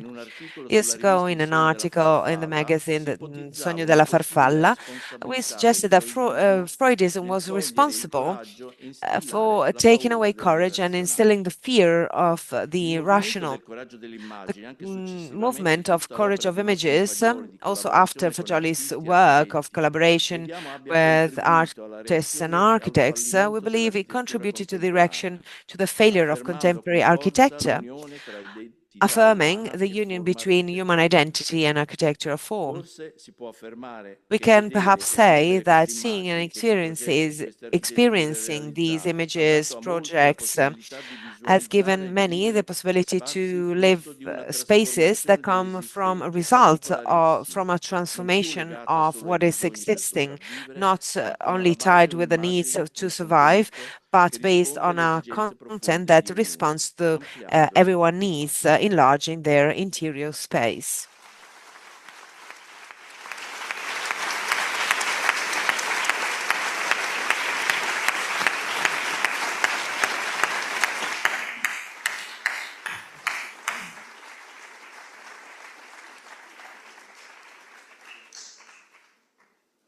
And now we should start. Grazie, Giancarlo. We should start our Thank you, discussion. Giancarlo. And we will start with the contribution of Helene Nissen-Lie.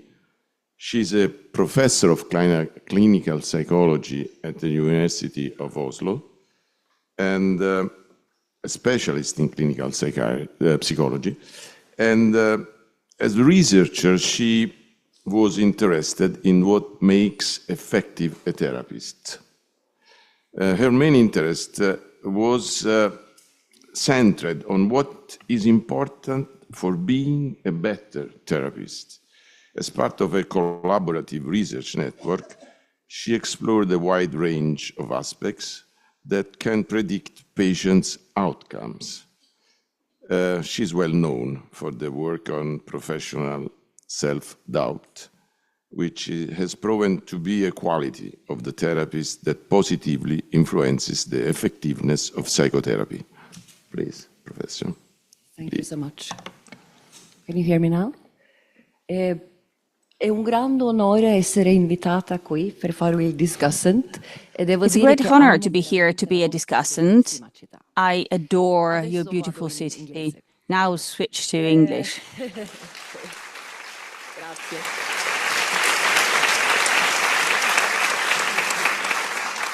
So it's a very positive challenge to try to tie the great papers together that we've listened to now. They all deal with creativity and some mental work and creative work of people.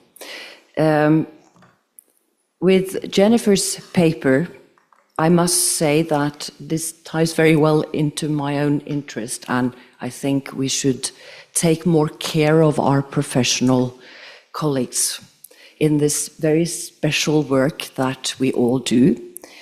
We know that good therapists, physicians, psychiatrists, psychoanalysts, group therapists need to merge both personal qualities with professional competence.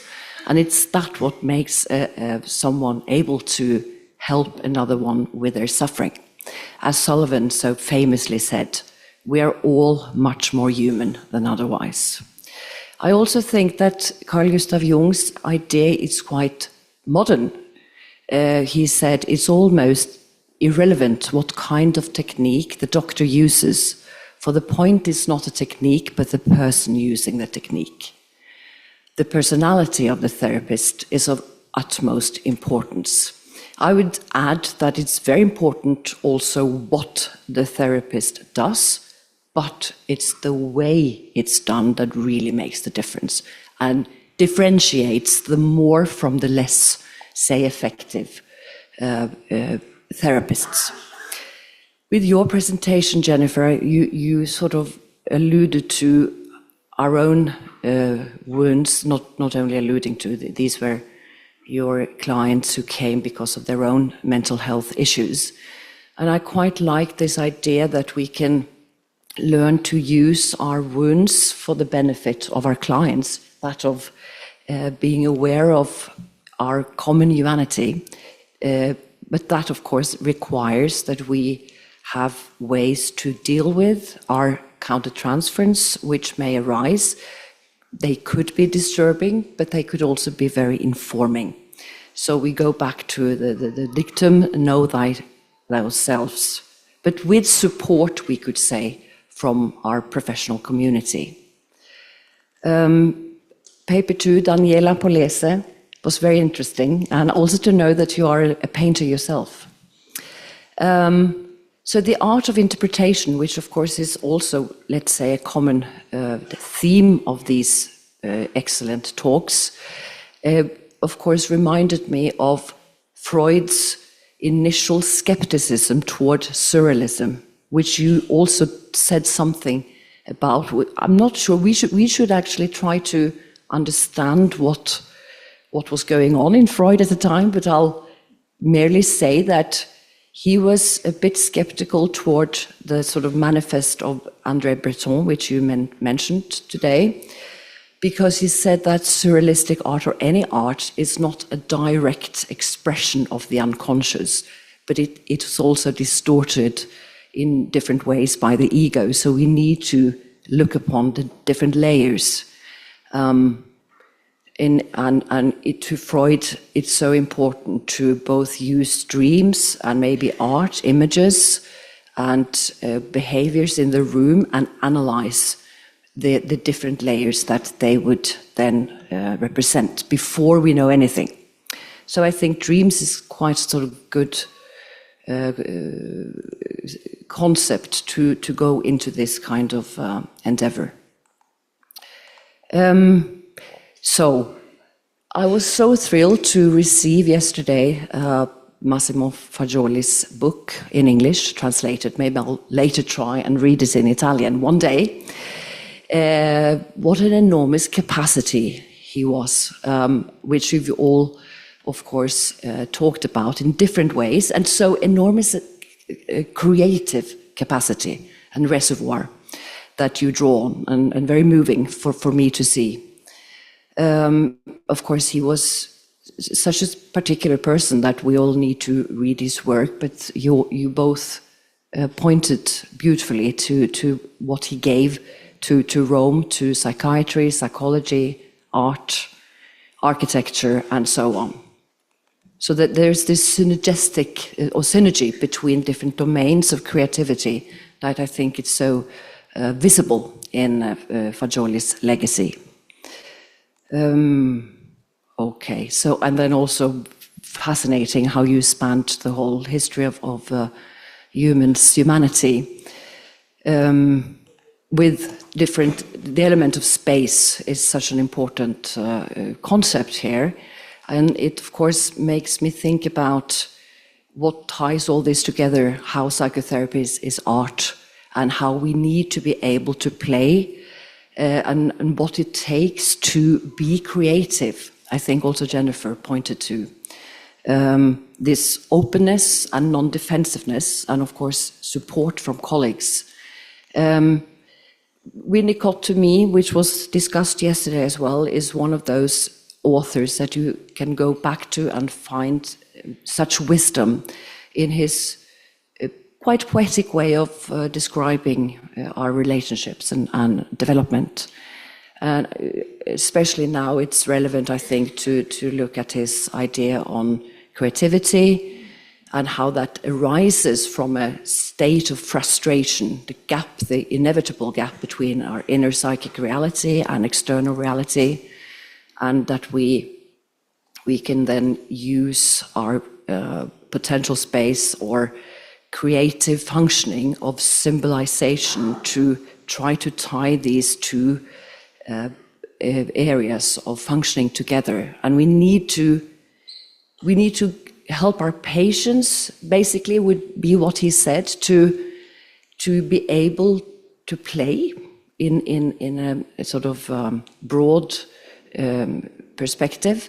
And also when we as therapists become rigid or losing vitality and ourselves bogged down with suffering and stress, that is also our task, to help the therapist to get back or to develop him or herself to be more playful or to be able to play.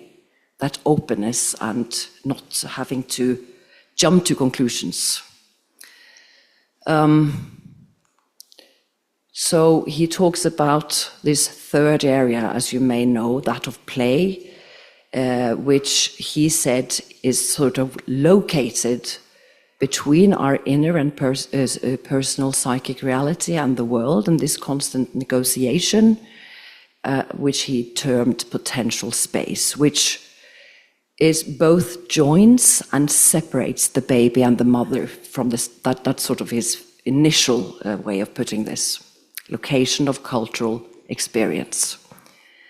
Lastly, before we open up and maybe have a break afterwards, this idea of negative capability, I think is what I wanted to end with, and beyond used Keats' beautiful concept, that of being able to not to be in uncertainty. And not having to, as he said, when a man is capable of being in uncertainties, mysteries and doubts, without the irritable reaching after fact and reason, that's when you develop. And that's possibly a very vital capacity for therapists. And I would also say that this is something we could foster through experience, training, supervision, but also in taking in and processing art. Thank you.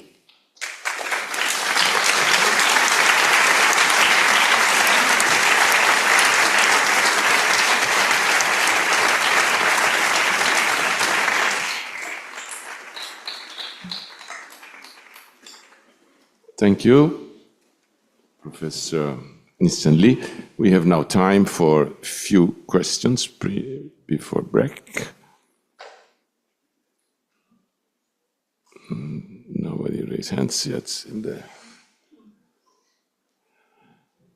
In fondo. Ah.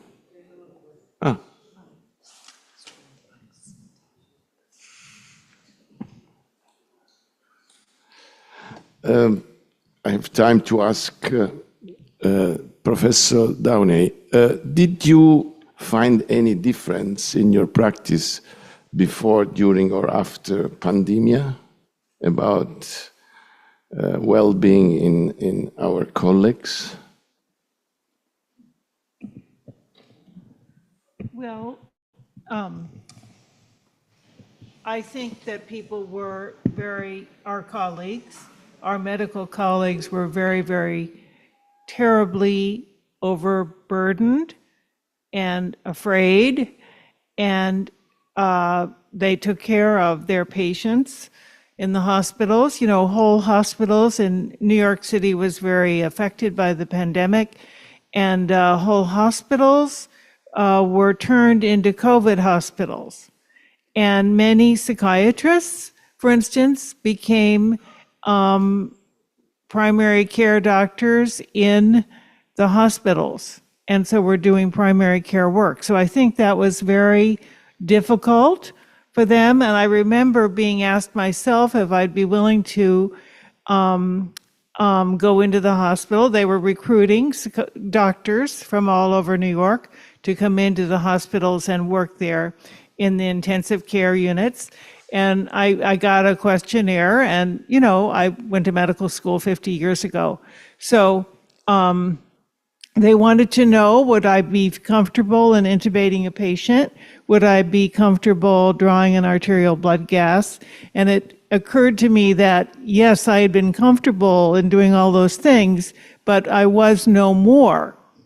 And so I really couldn't volunteer to do that work, but there was plenty of other work to do because people were so distressed, and that included our colleagues, our medical colleagues, and the caregivers.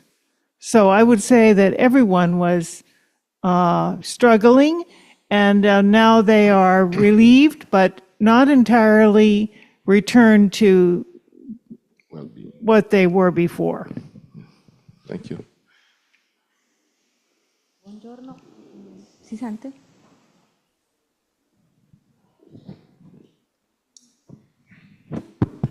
Sì. Allora, avrei una domanda rispetto I have a alla question relazione about arte the e analisi presentation collettiva, se art posso. and analisi collettiva, if I may.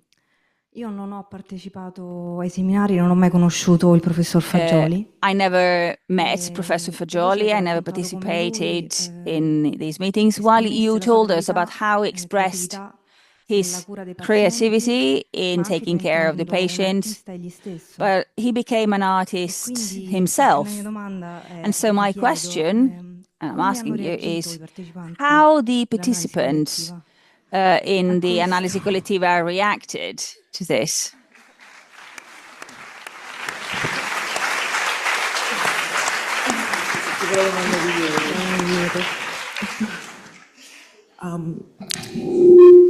Thank you for this really important question.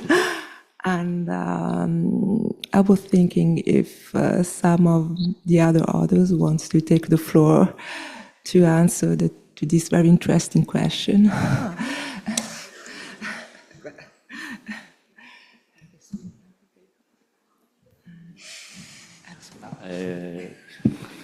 Io ho partecipato a lungo sia all'attività I participated dentro at l'analisi length collettiva sia in the lavoro, activities of the diciamo, analisi collettiva artistico di and Massimo Fagioli, also quale, come for Massimo dire, Fagioli's artistic work. assolutamente nei And primi anni non in the first direi few che years, uno gli I would chiedeva say that sei un if someone artista, asked him, "Are you an avrebbe artist?" detto he would have non so said, tenere, lui diceva non so tenere una "I matita can't in even mano. hold In pencil in realtà my poi hand." dopo, But then, prima actually, attraverso at la first, partecipazione through ai the film, participation in the films, quindi l'attività cinematografica, so the poi nei primi anni, cinema-related dalla fine activity, degli and then anni starting from 80, the end of the inizio 80s and the no, anni beginning 90, of the l'attività con 90s, gli architetti è the stata activity with the a lungo architects intensa was very e la long and nostra intense. reazione era di Our tutti i tipi, nel reaction senso che was anche grandissime manifold. crisi, I mean, also a lot of nel crises vedere un modo in totalmente seeing a diverso di progettare, completely cioè different noi, way of come dire, designing.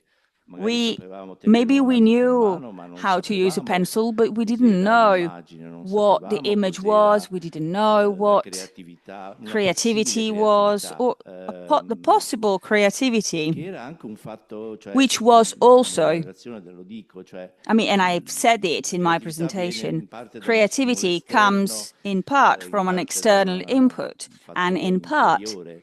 from Ecco, something you Massimo have curava inside.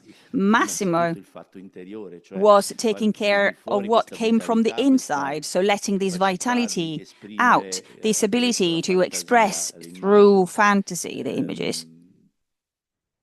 Poi tutto avveniva And in then un all'interno di un everything rapporto, happened all'interno di un within rapporto con a una persona relationship così with forte, such a strong, importante, important acuta e person, profonda, a non person who era per niente was facile, quindi very deep tu and chiedevi il smart. discorso It della wasn't easy at reazione, all. e I la mean, you reazione talked poi, about the reactions. come Well, dire, veniva anche analizzata the all'interno dei reaction seminari di was analisi analyzed collettiva, cioè within the all'interno dei Analisi seminari Collettiva poi si seminars. veniva Within the riportato tutto seminars, il discorso, poi Paolo lo sa everything spiegare meglio di me, was illustrated. Maybe Paolo can il tell you discorso better di than me. quanto veniva creato al di So, fuori dell'analisi collettiva, veniva we talked riportato about dentro perché what aveva un was significato, created aveva un outside the Analisi senso, aveva un Collettiva. senso It was dentro brought il back discorso into the dell'analisi. Analisi Collettiva seminars because it had a meaning. It made sense for the analysis. Please, Paolo, say something about it.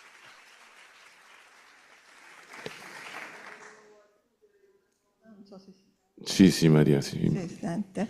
Anch'io c'ero, come I Leonelli. was there too, so maybe I can say something, because it is true that at the beginning we had a great admiration for him. We were surprised by Massimo's artistic achievement, and this definitely enlarged his figure. Of course, we knew him as a psychiatrist, but then when he started dealing with these free artistic expressions, our esteem for him increased. He was able to combine and this seemed anomalous for us, he managed to combine, I was saying, two things that seemed impossible to go hand in hand, i.e. art and science, the human birth theory and creativity. And of course, these things determined, as Leonelli said, very strong crises, but they were developmental crises. They allowed us to grow, crises that pushed us more and more towards fantasy, creativity, and these crises, of course, were interpreted then by Massimo himself and processed and worked through within the setting. So I think we can say that these free expressions of Massimo Fagioli, which he created outside of the setting, but they actually became an integral part of the psychotherapy because they were interpreted and worked through and processed.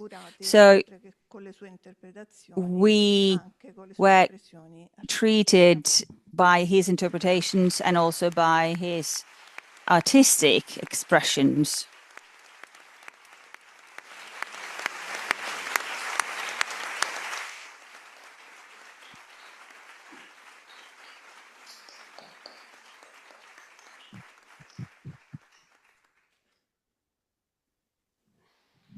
Sì, buongiorno. Volevo fare una domanda all'autoressa Jennifer. I have a question for Dr. Jennifer Downey. As for the Balint groups, do you know if they represent a possible way to support general practitioners to deal with the issues of the relationship with the patient? Dr. Michael Balint was a psychiatrist that at the beginning of the 50s, last century, was listening to the cry for help of the newly born general practitioners in the UK because they had to deal with the relationship between physician and patient, and he focused his input on a book on patient and diseases, and he stated that the first medication was the doctor. I guess Dr. Downey knows about it. I was wondering whether it is a tool that may still be helpful. I didn't catch all of that question, but I would like to say that I think Balint groups are brilliant. And I think that one of the things that we most can do as mental health professionals is help our colleagues who are not mentally health trained to learn to work better together and work to take care of their patients more easily. And so I think it's an idea that even though it's an old idea, it deserves to be much further explored and much further used.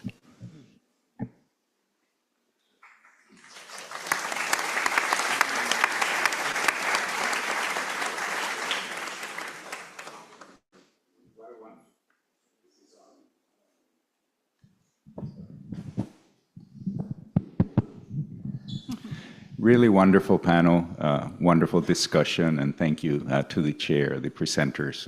Again, very stimulating, and my mind is going in different directions, and there's so much that I can say to comment, but I will focus on two aspects. And one is that this conference is partially sponsored by the World Federation for Psychotherapy, and we'd like to look beyond Europe. And the Federation began in Europe, but has been criticized for being very Eurocentric. So there is great effort for us to expand into the rest of the world, into Asia, into Africa, into the Americas, into Australia, etc. And we're trying very hard. So I constantly have that in the front of my mind. I have been trained in a Eurocentric tradition, so I have to make an effort, which brings me to the notion of abstraction. and how, we usually think of abstraction in art as, something that began in or that took form in the 20th century in Europe and in the United States. I just want to be a little bit revisionist here and remind people that abstraction has been with every single one of us and with artists throughout history. It did not become a movement in art until the 20th century, which brings us back to what Professor Sartorius was speaking about yesterday. We know how we have to move our field and how we need to align our field for progress to occur. But that may take some time. So the alignment of abstraction into a movement occurred in the 20th century. To use a European example, there is a painter that is not very well known, a British painter, Alexander Cozens, who used to throw ink into canvas or into paper. And he developed what's called the ink blot method of creating landscapes. This was in the 1700s. Not very well received by critics at the time, not very well known. And his inspiration was actually in the notebooks of Leonardo da Vinci.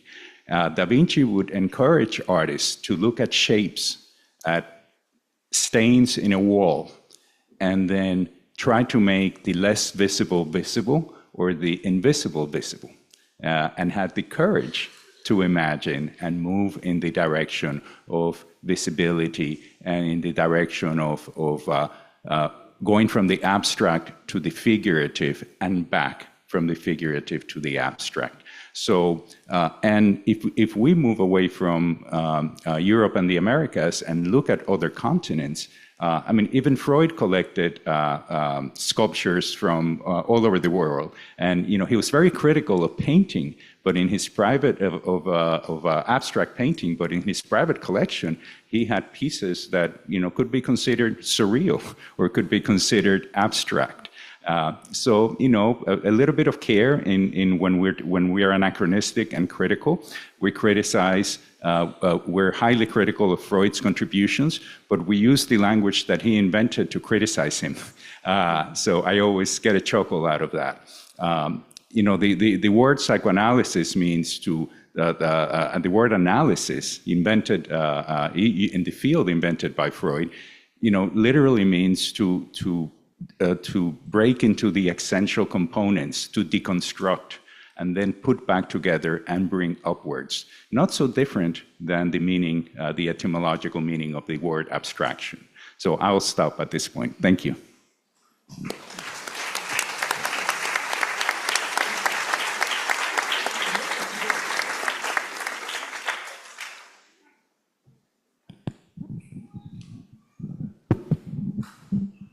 Thank you very much. This was a wonderful array of presentations, and I enjoyed every one of them.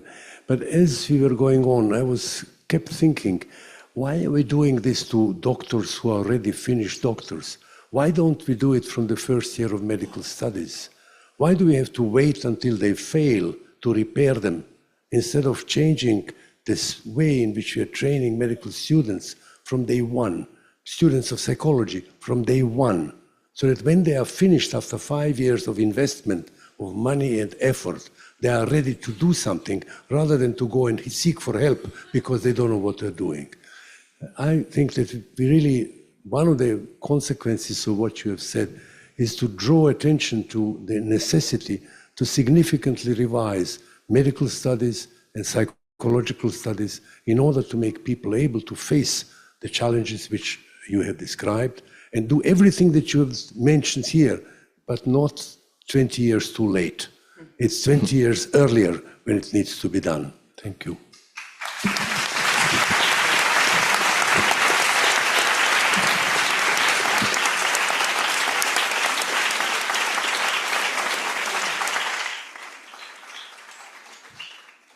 I think we couldn't ask for a better conclusion. So thank you to all the speakers. Thank you to the audience. We will have few minutes of break because we are late, and then we will have a next panel with Livia Chianese and Maria Amon as chair and discussant. Thank you. Thank you so much for that wonderful session. You know, because the languages. Ok, ci siamo. Buongiorno a tutti.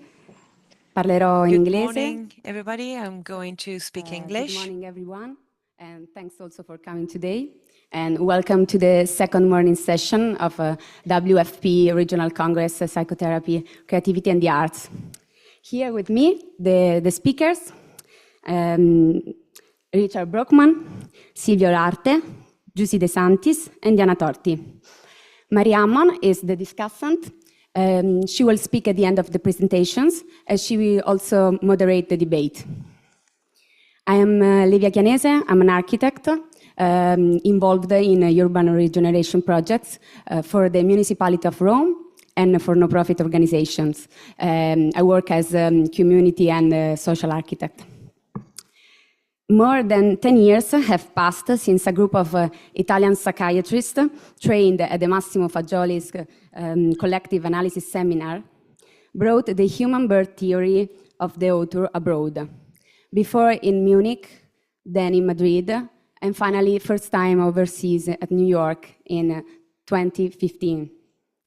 Today, 11 years later, we can say that the relationship with the most important international institutions that deal with mental health is consolidated, with a wide participation of experts from all over the world, as you can see with me here on the stage. I'm honored and grateful to be here with our special guests. First of all, let me introduce you the discussant, Maria Ammon, who we had the pleasure to listen to yesterday. Maria Ammon comes from Germany. She's a psychoanalyst, individual and group psychotherapist, and training and supervising psychoanalyst. She's the president of the German Academy for Psychoanalysis and also the scientific head and the head of education for psychoanalytic training of psychologists and psychotherapists at the same institution. She is the General Secretary of the World Association for Dynamic Psychiatry and a member of the Council of the WFP. Now we're going to see different approaches to creativity through a journey that explores several artistic languages, from writing to use of the poetry as a psychotherapeutic tool, to the language of images in cinema and in dance theater, and then arriving at the language of music and sound and voice. Artists teach us that creativity is a real way of being and living, as also Ugo Tognetti said yesterday, and that allow us to be together in a relationship with others by seeking this sense of collectivity. Our panel is attended by both US and Italian experts, so allow us to switch from English to Italian language. Now I'm going to introduce the first of our speakers, Richard Brockman. Richard Brockman comes from USA, New York. He's a medical doctor, psychiatrist, clinical professor at Vangelis College of Physicians and Surgeons of the Columbia University, visiting professor in the Department of Psychiatry at the University of Namibia and at the University of Addis Ababa School of Medicine. Brockman is also a writer of over 50 papers, 2 books, and 8 plays. His contribution is entitled The Thin Plays. Please, Richard. Thank you.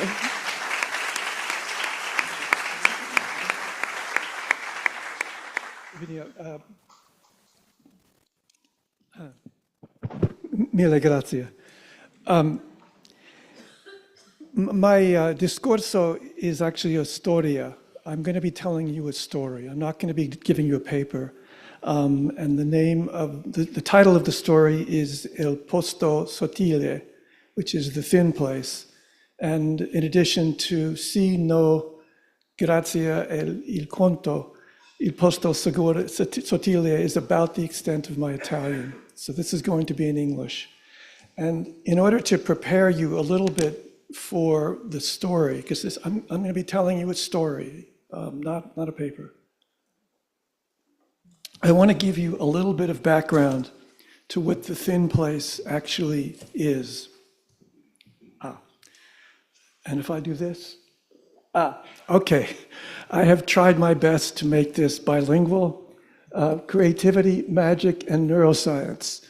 Now, I'm going to be first talking, I think part of creativity and part of Il Viaggio dell'Erero, the voyage of the hero, the hero's journey. The story I'm going to be telling you is really a hero's journey. And I think that's actually, as far as I'm concerned, a critical part of psychotherapy, creativity, and the hero's journey. And in my concept of psychotherapy, it's a journey. And the therapist serves one form of mentor in the hero's journey. There are other forms. There are other pieces of mentorship or of aids in the hero's journey. One of them is magic, which is what the thin place is about, and the other is neuroscience. So, part one is magic. Patrick. I imagine no one knows what Patrick is. I didn't know what it was until I started looking into it. Patrick is that. It's the tallest mountain in Ireland. It's in Western Ireland, and it forms a part of Celtic lore that goes back hundreds, thousands of years. And it's sacred. St. Patrick is actually buried on top of Patrick. It's sacred to the Christian, sort of pre-Christian religion as well as the Christian religion. It's sacred. It's beautiful. These are images of it. It's got a great view. If you get to the top, it's got sheep. It can be very wet and damp. And that's the path of the Patrick. What this sacred, what Patrick is and what the thin place is, it's a time and a place. The place is Patrick in Ireland, where if you go there in April or in late July or early August, the sun seems to slide down the face of Patrick. And that, in Celtic lore, is the time when heaven and earth come closest together. And in Celtic lore, if you reach up, you can touch, and if someone is in heaven reaching down, you can touch their hand. And when I heard that, it stirred my soul in ways that I will explain, which led me to write The Thin Place. So at any rate, it slides down that slope in April. The setting sun seems to slide down that slope in April or in August. And this is the path, and it has a very long history. I advise you, if you want to go there, do not go there in April or in early August. There are thousands of people that make this pilgrimage. Fortunately, there are many bars, so there are pubs. So at the end of your hike, you can go to a pub and get a beer.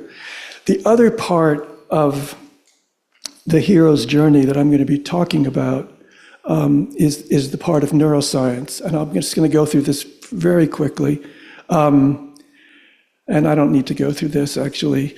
But basically, one of the things that happens when your mind is stuck in a certain place, to your left, to your right, stage left, your right, is the prefrontal cortex and it being in control of cognition and being pretty much this is a gross exaggeration, but being in control of the brain when you're not under stress. And on stage right or on your left is the shift when stress takes over and where the brain is kind of controlled, goes to the ventral part of the prefrontal cortex and the amygdala and the fear network. One of the things, this is Santiago Ramon Cajol, who was the 19th century, late 19th, early 20th century Spanish scientist who wanted to be a painter. His father would have none of that and decided that he had to go into medicine, so he became a medical illustrator, and he studied neuroanatomy and studied the brain, and this is one of his drawings of a Purkinje cell. And as you can see, the complexity of that cell is kind of staggering. And it can, because of the complexity of this network, it can set up, sorry, especially in us Homo sapiens, it can set up reverberatory networks so that you can actually think about something when it's no longer in your, when stimulation is no longer coming in. It can sustain the image. Okay, and ketamine, which is going to fall into my story, is a NMDAR antagonist. It's an inhibitor of one of the receptors for glutamate. Glutamate is the most common excitatory neurotransmitter in the central nervous system. There are two main receptors, the AMPA and the NMDA. Ketamine blocks one of those receptors, and therefore it was used extensively. It was developed during World War II as an anesthetic. It's one of the few anesthetics that does not suppress respiration. So on the battlefield where someone's in agony and you have to give them an anesthesia, you don't want to give them morphine, which would suppress respiration. Ketamine was developed for that. The other use of ketamine that I discovered as a young man was Special K. I don't know if you know, Special K was used, ketamine was a street drug. You can hallucinate on ketamine. And basically what it does, it blocks the control of the prefrontal cortex over other parts of the brain. So kind of, if you're going to think in sort of Freudian terms, which I usually don't, but if you were to, you could think that the unconscious, the conscious part of the mind is blocked by ketamine. So it frees up the unconscious part of your mind to come to the surface. That's great up to a point if you're wanting to sort of free things up and think differently or hallucinate.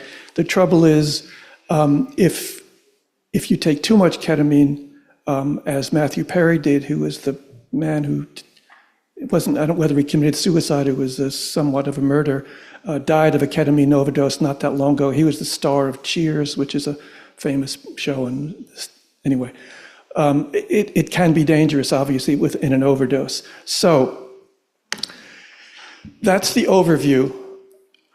Basically, what I want us to remember is a little bit about Patrick as the sacred place, the thin place, I just described it, and ketamine, which was, basically, if you've ever had general anesthesia, there's a good chance that ketamine was part of the anesthetic cocktail that was given to you, because it is an analgesic. The thin place. In Celtic lore, the thin place occurs twice a year, in late April and August, on top of a mountain in County Mayo, Ireland, called Croagh Patrick.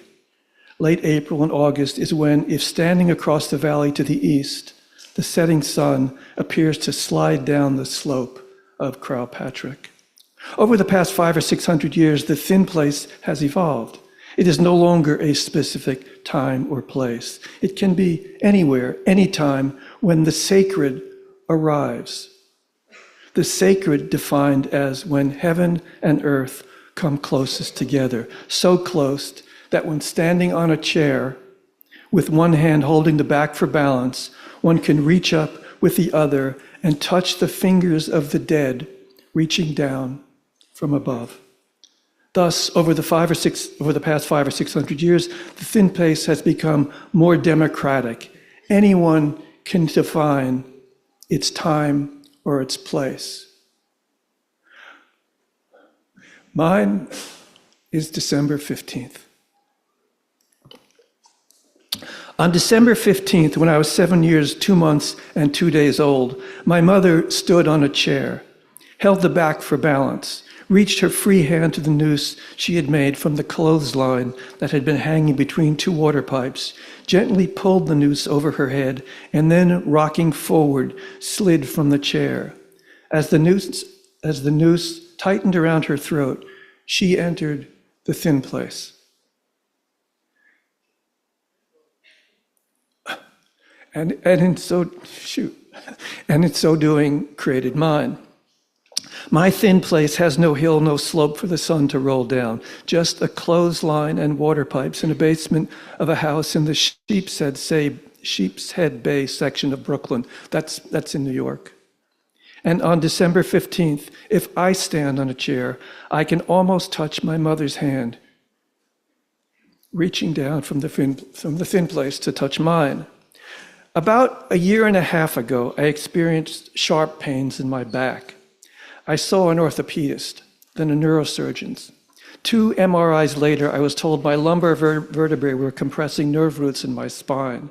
An operation was scheduled to widen the foramina. The foramina are the holes through which the nerve roots project out of spinal column through the spinal vertebrae. "What day is good for you?" the patient receptionist asked, staring into her computer. "As soon as possible," I replied, knowing that if I delayed, I might change my mind. "There's an opening next Tuesday." "Fine," I said. "Fine," she said, the light of the screen coloring her face slightly blue. The following Tuesday, I was admitted to hospital. I undressed, was placed on a gurney. I remember the neon lights and the square white ceiling tiles passing overhead as I was wheeled down the long halls to the OR. "Good morning, Richard," the anesthesiologist said as he locked the gurney. His hair was pulled under a cap. "When were you born?" I answered. "How do you feel?" He opened an IV. A thick white cloud formed in the line. "All things considered, I feel out." Propofol is I don't know if you've had propofol. It's like when you get propofol, you're out. It's like you see the white coming through the IV and boom, you're out. Propofol, like a switch, turns the lights out.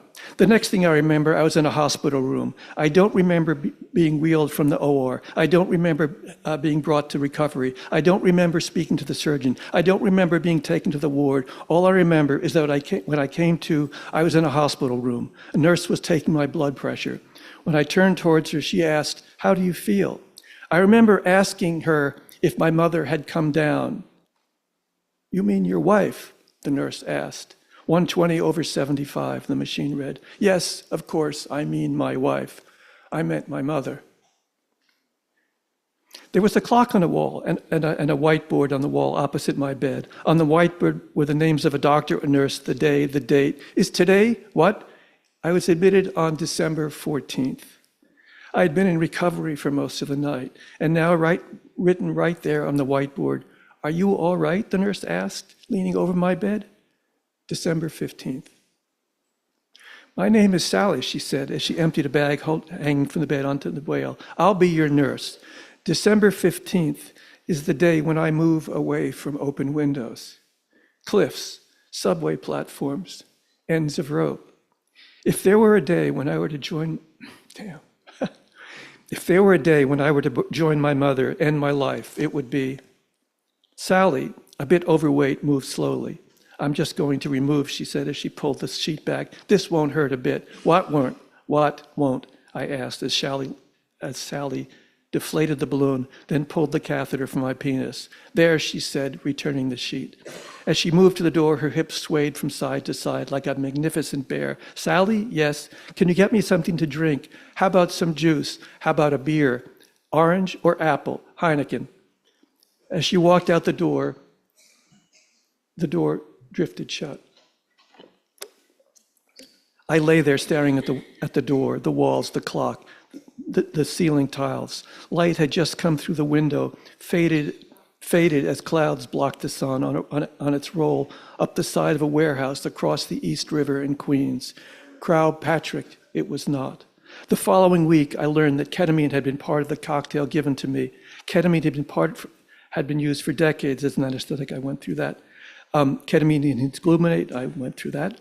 To interfere with the sense of self is not, all right, so ketamine, again, blocks the control of the dorsolateral prefrontal cortex, other parts of the subcortex, and it basically frees your mind, frees your preconceived ideas. It's part of the reason ketamine is used in ketamine-induced psychotherapy.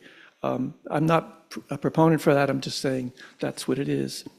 To interfere with the sense of self is not always a good thing. It can make it more difficult to find one's place in the world. If one's sense of self is confused, then the task of integration is compounded by ketamine. One understands neither oneself nor the world into which one is trying to fit. I turned away from the window and looked overhead. I was convinced, and I'm still somewhat on ketamine here. I'm just 24 hours less than 24 hours post-op. So this is still a ketamine, I'm not now, but then. I was convinced that the thin place was just beyond the white tiles, a few feet above my hospital bed. When my mother killed herself, she created a thin place to which her soul returned every year on December 15th. I reached up, I called out. By inhibiting glutamate, ketamine releases the prefrontal cortex. I called out again, Mommy! Ketamine is liberating. Ketamine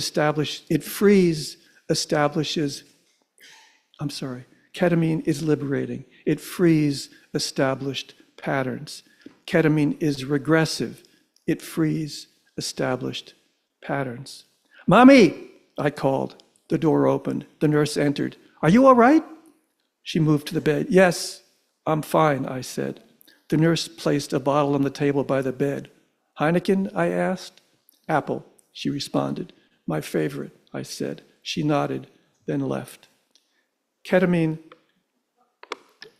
is fat soluble. The brain contains fat. Ketamine stays in the brain for days at a time. I looked up at the white ceiling tiles. I knew what lay on the other side. All I had to do was lift one of the tiles. If I stood on the bed and pushed the tile off its rack, I could reach the thin place. If I just stood on the bed, if I just lifted the tile, Mommy! And then I realized I had been wrong.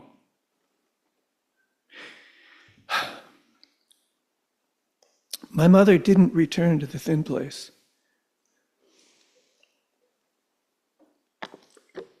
On December 15th, her soul was not reaching down to touch mine. Mommy, I had imprisoned her soul. Ever since I had found her body hanging in the basement of our house in Sheepshead Bay section of Brooklyn, I had imprisoned her soul like a firefly in a glass jar. Do you have fireflies here? There's bugs that light up it. I had imprisoned her soul like a firefly in a glass jar. I had made her my captive. I stared at the whiteboard, the names of my doctor, my nurse, the day. Mommy, as if it were written right there by the date. I had imprisoned her soul on the day of her death. Her soul wasn't searching for me. It was searching to be free. Mommy. I called, and as I reached up my hand. Can you forgive me? And as I called, I let go. Sunlight came in the window as if reflecting some command from above. The nurse came through the door. She looked at me lying in bed, my hand open, outstretched. "Are you all right?" I stared at the ceiling. "Are you?" she asked, moving to the bed. I turned to her. "Yes," I said, perhaps for the first time.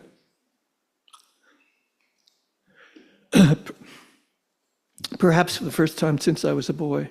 "Yes," I said. "I'm fine. Thank you."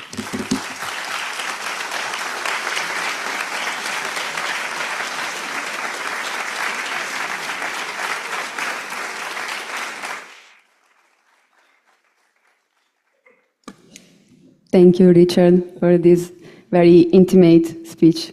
Thank you. Now I'm going to introduce you Dr. Silvia Olarte. Silvia Olarte comes from USA. She's a medical doctor, psychiatrist, a distinguished life fellow of the American Psychiatric Association, former president of the Association of Women Psychiatrists, and of the American Academy of Psychodynamic Psychiatry and Psychoanalysis. She's the clinical professor of psychiatry and training and supervising psychoanalyst at New York Medical College. She's also a poet and a member of the Council of the WFP. Her speech is entitled "Using Poetry as a Therapeutic Tool in Psychotherapy." Please, Silvia.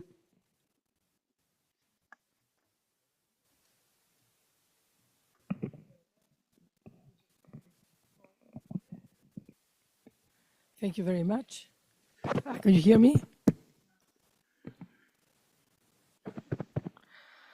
I have two disclosures. One is that the voice is going to be the patient's voice that you're going to hear, and I do have permission from them to read what I've written. And the second is I will have to just pass some slides. I will try to include at least half of one poem and a total of another poem, and I'll see if I can do it, so I will be talking fast. Thank you very much. This paper will address how to reach with metaphor, poetry, and therapeutic writing the human unconscious. Language is our main therapeutic tool. Therapeutic discourse can be logical, linear,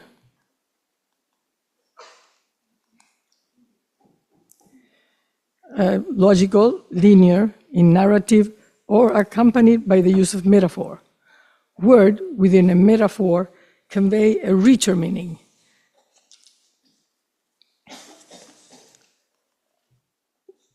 Webster Dictionary common definition of metaphor is a figure of speech in which a phrase literally denoting one kind of object or idea is used in place of another to suggest a likeness or analogy between them. Metaphor utilizes our human capacity to extrapolate from one domain to the other without the use of like. Types of metaphors. Dead metaphor. When a phrase, once a vivid metaphor, becomes part of the common language. Still life, for example. Inferential metaphors. They insinuate by inference, that's evidence and reasoning, how the world shares basic informations. And that would be, for example, in insinuates container, count me in. About insinuates area, heard about it. Orientation metaphors, transports to the casual eye, to the casual eye, and organizes fundamental concepts in a coherent reality. Good things tend to be up, but dark things tend to be down. Up, down, I'm feeling up today. In, out, he's out of kilter. Front, back, you're pushing back too far. Now, generative metaphors, those are the ones that we really use. The generative metaphors organize experience and provide an ongoing direction for future synthesis, provide unseen experiential frame for further development, can become the building block of yet unarticulated personal narratives. Our goal in therapy is to dislodge the rigidity of a metaphorical building block to allow a different understanding of a similar experience. Popular sayings or proverbs are mostly generative metaphors. To a patient who had difficulty committing to a given circumstance, would change directions without exploring the motivation for the change, and would have difficulty correlating these changes to disappointing results. I said in one session, a rolling stone gathers no moss. To which, after a moment of surprise to this intervention, opened the possibility to explore their difficulty to commit and take risks in reference to their past formative experiences. Here, the use of words in the form of metaphor triggered connections to inner experiences not readily accessible to the conscious mind, enhancing the integration of the current situation in reference to past experience. On the other hand, with patients in an outpatient clinic at a city hospital department in psychiatry in Manhattan, in a support group of Hispanic Latino patients, mainly women, we were discussing child physical punishment to force them into obedience. My co-therapist and I were introducing other methods of discipline, and one patient questioned me, "Do you mean you were not hit by your parents when you did something wrong?" To which I responded using a culturally congruent, popular saying.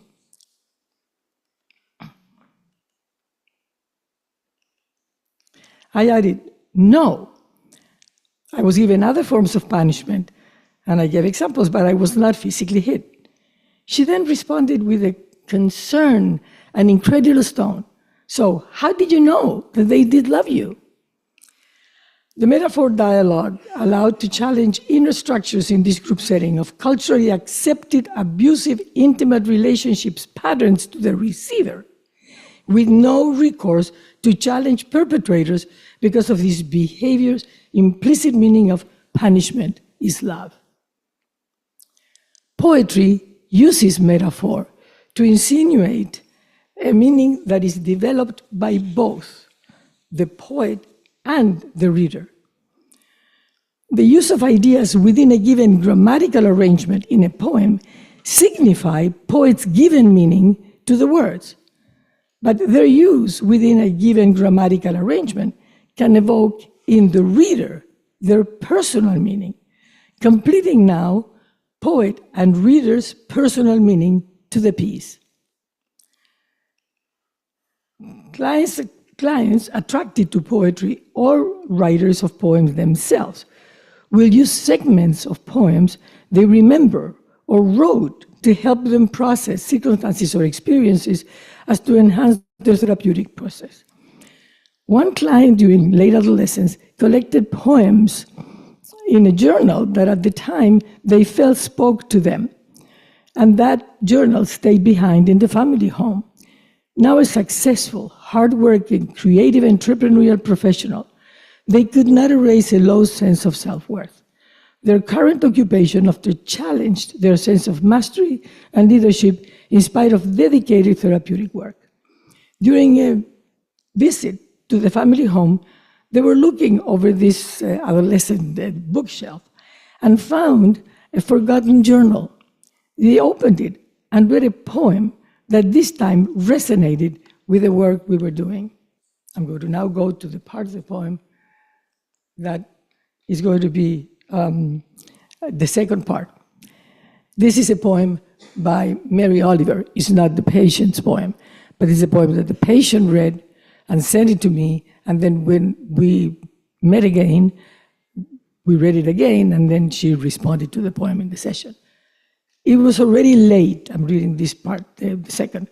It was already late enough and a wild night, and the road full of fallen branches and stones.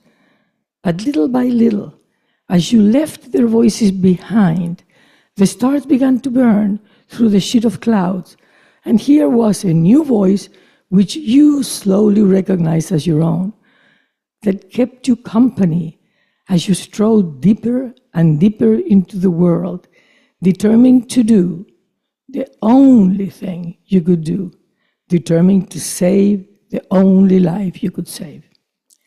And the poem was followed by a series of short sentences and comments that spoke of their understanding of their inner strength, capacity to lead, and trust to knowing how their lifelong work impacted their professional space. As with dreams that can create a connection to the therapeutic process beyond the time that they were first shared, the reconnecting with this poem and the therapeutic work that it ensued has become a marker for a period of evolving change with this patient. Now,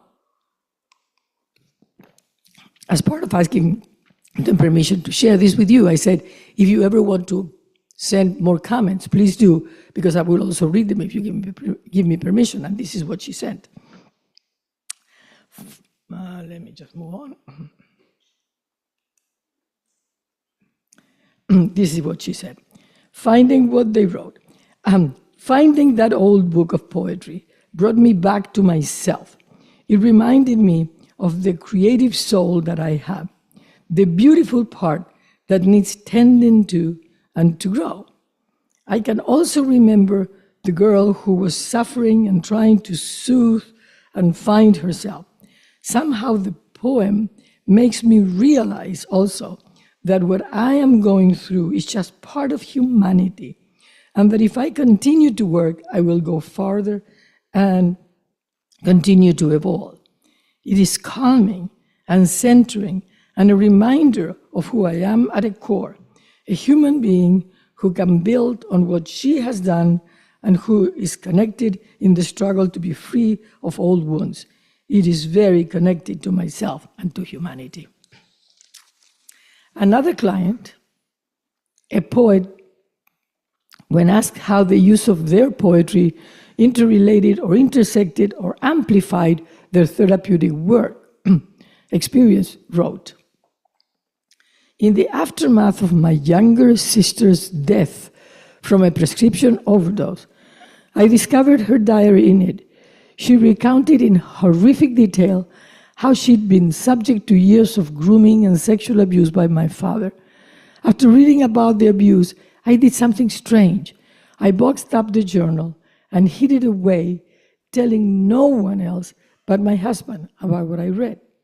Several years later, and still locked in a cycle of deep shock, confusion, and grief, I felt like my life was unraveling. Desperate to find some outlet for my pain, I applied to a Master of Fine Arts program, hoping to find my voice as a writer. But it wasn't until I began to write my thesis, a manuscript of poems about my childhood, that I was able to find a container for my feelings, gain perspective on the past, and embark on the healing process." Now, this is the poem she wrote. Do I have time to read it? 5 minutes. Okay, I think it's worth it. I mean, it's tough. They said his brain was a sleeping volcano. An ivy bag swung luminous as a moon above his already waning body. After 48 hours, someone told me to kiss him. I can't remember who, but years later, I witnessed him carrying my sleeping sister, as if gentleness were a kaleidoscope of butterflies thrashing inside his fist. I'd seen pinwheels of colorless lights rip through the impassable night. There is a way to love fathers like firearms, to know you will never be 7 again. They said, or I overheard, that he hemorrhaged all the unspeakable things he's done, a river of lava on white linoleum. That next day, I smashed his right wristwatch like a scorpion on the floor of our garage and took long shears to my own beaten parts. When they sutured the dead thing back on his head, when a sickness was named for what they couldn't quite see, when the gurney filled with his memory, they said nothing at all. This is, and then this still is the patient. Oh, I'm sorry, this is just, I'll just read this. There is an undeniable desperation in this catalog of metaphors and similes. The poem's poet-speaker is grasping after language appropriate to the scale of the atrocities she had witnessed, and yet no one metaphor quite satisfied her.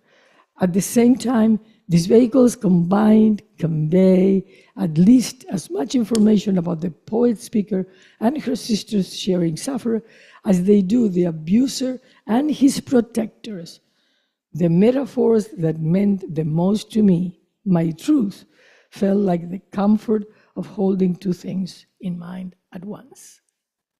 Now, I'm going to go on. Therapeutic writing. Much has been written about this subject. Authors interpret its benefits as seen from the point of view of a given school of thought.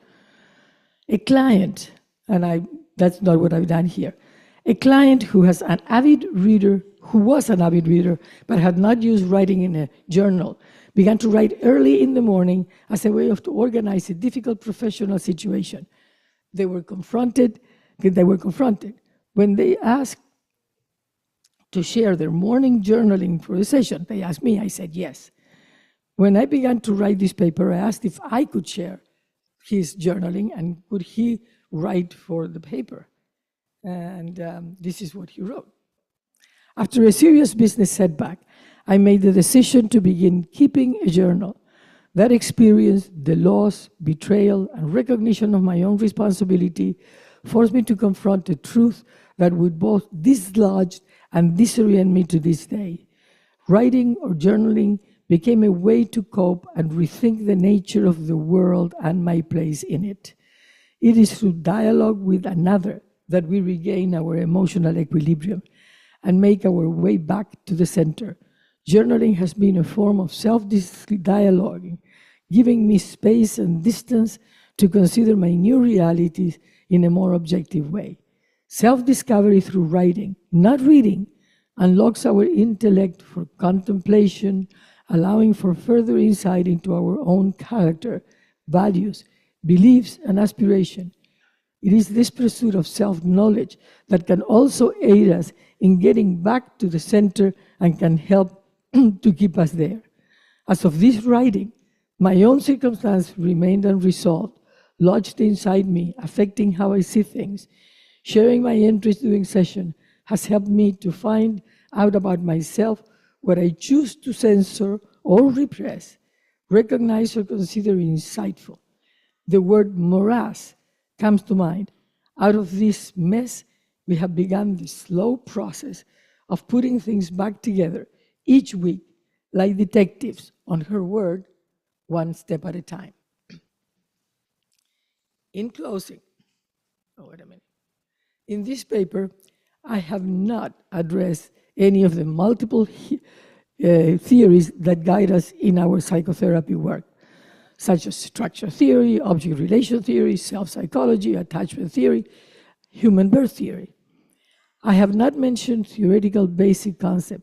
This paper addresses how to reach with metaphor, poetry, and therapeutic writing the human unconscious, a common goal to all main psychodynamic theories to help us navigate our psychotherapeutic work, to facilitate a better ability in our patients' clients to function in their current interpersonal world with a freer understanding of their current intrapersonal psychological, emotional, or cognitive experiences.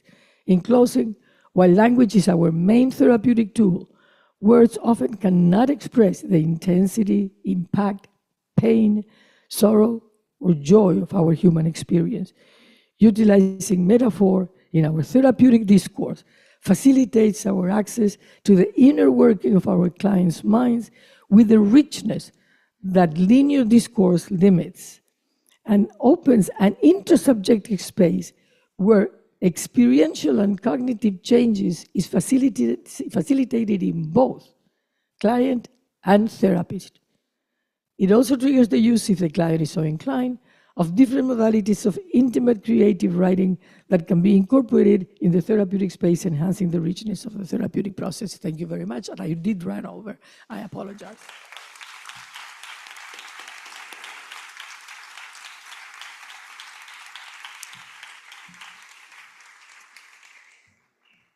Thank you, Silvia. Very interesting. Thank you. Now I'm going to introduce you to the next speaker, who is Giusi de Santis. Giusi De Santis is a writer, a film and theater critic, dramaturg, editorial manager, story editor, and script coordinator for the cinema and TV series. She's also the curator of the volume Il cielo della luna, a movie by Massimo Fagioli, published by l'Asino d'Oro Edizioni. Grazie, buongiorno a tutti e a tutte. Il mio intervento è Thank you. Good morning, everybody. My speech comes from a larger project in which we trace three revolutions which tell of a universal language that originates in the unconscious world, fundamental for the artist to recover, to return to an inner image that is necessary to create something absolutely new that was not there before. In the 60s in Germany, the signs of a profound crisis of the film system become visible, prompting the new generation of filmmakers to publish the Oberhausen Manifesto, deciding the birth of the new German cinema. 1962-1982, the distance from conventional commercial cinema and the search for a new language of images are two of the new language of images representing the movement of which Wim Wenders is one of the major promoters.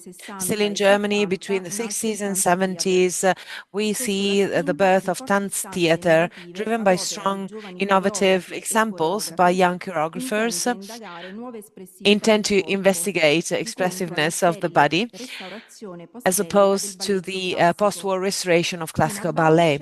Pina Bausch is at the forefront of experimentation with new codes and new forms of choreographic theater. Wim Wenders and Pina Bausch stand out for their ability to intercept the changes of their time and respond to the changes of languages, relying on a completely original representation of themes and contents. To artists, a man and a woman who are profoundly linked to the topic of travel as education, exploration, and discovery, a way of extending a working method, a path of knowledge in constant dialogue with contemporary reality.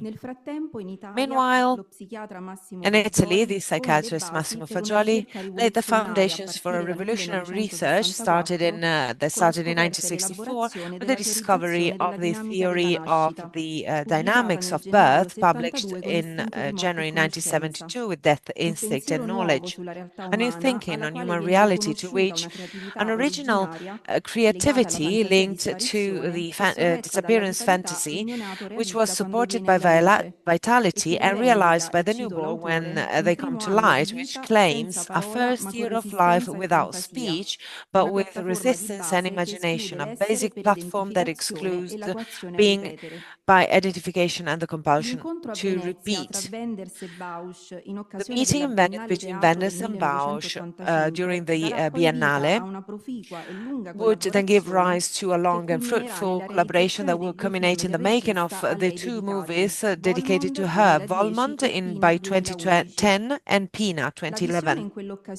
The vision of seeing Café Müller, elaborated by this choreographer in 1978, is an extraordinary experience for Wenders, who is fascinated by the creative force of this show to the point that he said, "There was no cyclone that has passed over the stage.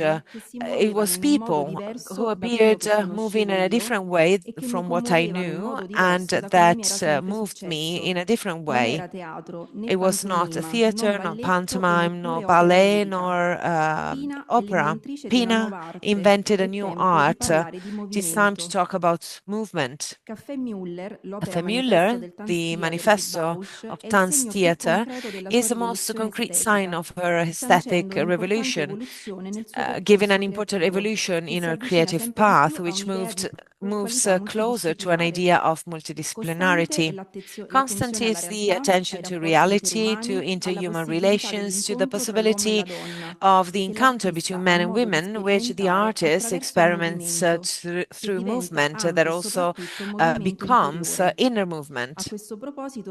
In this regard, Pina speaks of feeling, Gefühl, of a language without words, which knows no nationality nor boundaries, a work work of deep excavation that seeks to find things in individuals, men and women, because we are together. Together we feel, explore, present research and discoveries concerning human beings. I've never done anything else than observing people.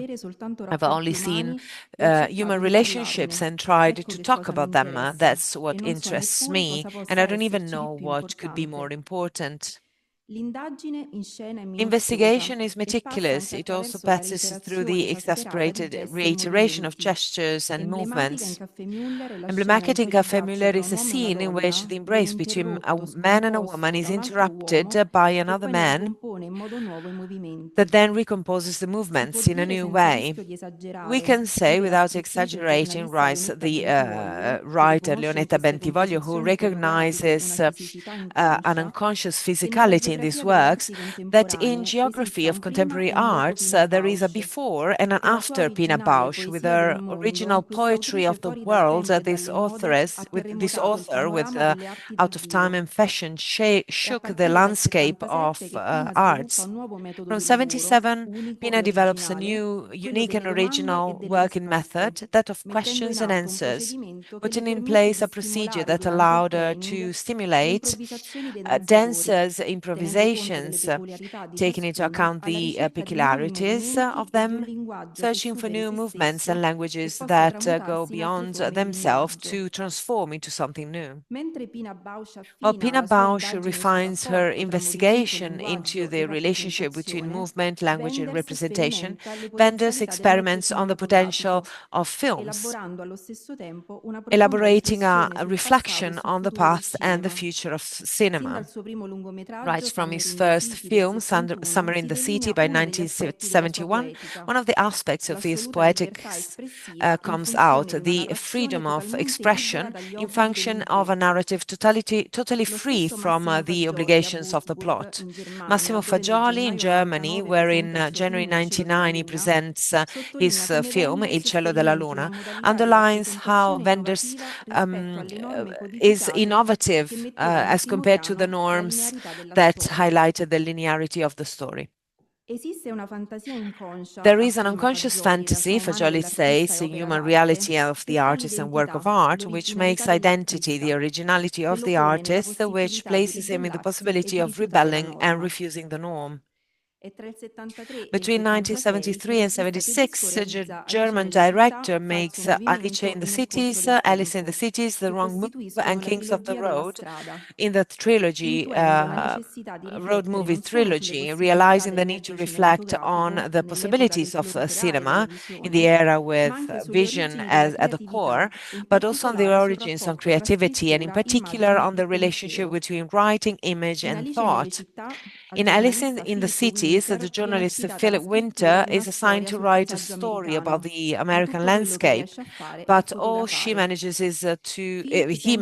to make photographs. He feels he has lost his own identity of moving through a time in which nothing changes and everything seems to be the same.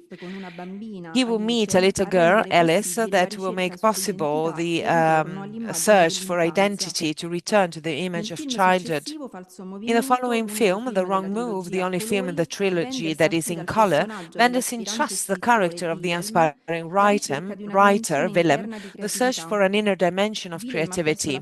Willem has lost his imagination, cannot think nor write, and is incapable of letting go to relationships with a woman. The journey he undertakes, during which he meets 6 characters, reminding Pirandello's In Search of an Author, becomes a pretext to reflect about the possibility of representing the image. The search for a meaning that for Wenders is opposed to the physical evidence of the American cinema becomes the opportunity to investigate about the expressive possibilities of cinema, to search for its original images. Exemplary is the scene in which an audience of child spectators shows that they are able to look at with new eyes to these images created by the 2 protagonists, Bruno and Robert, behind the veil placed on the stage. A return to the origins of cinema, therefore. At the same time, Wenders, through the movement of his characters, gives a new look to his story and to that of Germany. In returning to his childhood home, Bruno confesses that he's feeling for the first time like a person that has a certain time behind himself, and this time is his story. The author, as the dream tells, can use a new ink with which it is possible to erase the old writing and to which it is possible to think and see something new. The Wrong Move is probably the most intimate film of the German director, who seems following his own inner time during the creation, since the film has no reference script nor a shooting plan. All the director has is just a brief outline and a roadmap indicating all the possible directions of the story.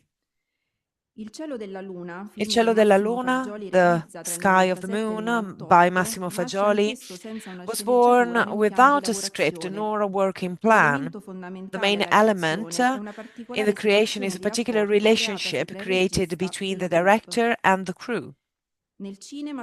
In cinema, as Fagioli says, it is about going beyond the photograph of the reality to represent the image and not the perceivable figure, and to succeed in composing images to construct movements, lights and shadows, so that the director can express an internal movement that is not only the recording of the movement of a body in space, or the depictions, of the movement of reality.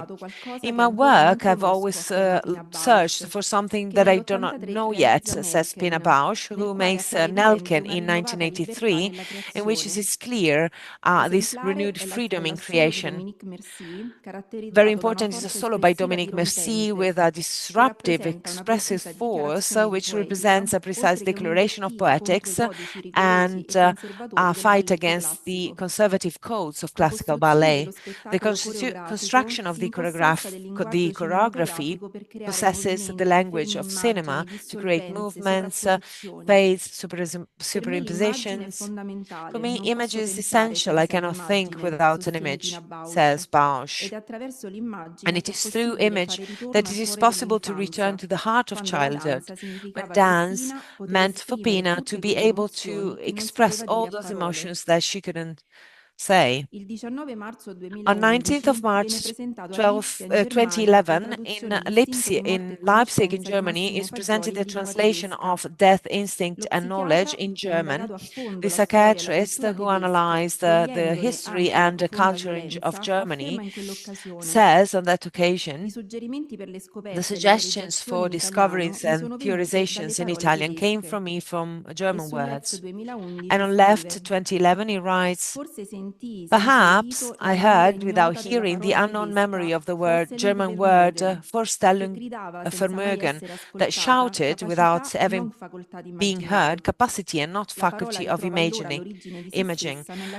The word finds then the origin of itself in the creation of the disappearance fantasy. What created from the artist, as said Fagioli in Würzburg in January 1999, is something that has no meaning. If it had a meaning, we would make a signpost, but it has a meaning that could be received by the others. This sense is linked to a particular way in which the invisible things of the body, affections, emotions, were expressed by the face, by the movement.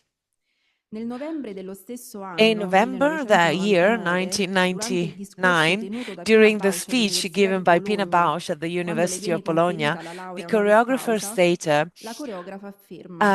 during her degree, sometimes the questions we ask lead us to experiences that are much older, that belong not only to our culture, and to the here and now. It is like knowledge that has always belonged to us came back to us, but of which we are no longer aware. It makes us think about something that is common to all of us. This gives us great strength and hope. And she adds, one must find a language with words, images, movements, atmospheres, feelings that makes us realize something that has always existed in us. Thank you very much.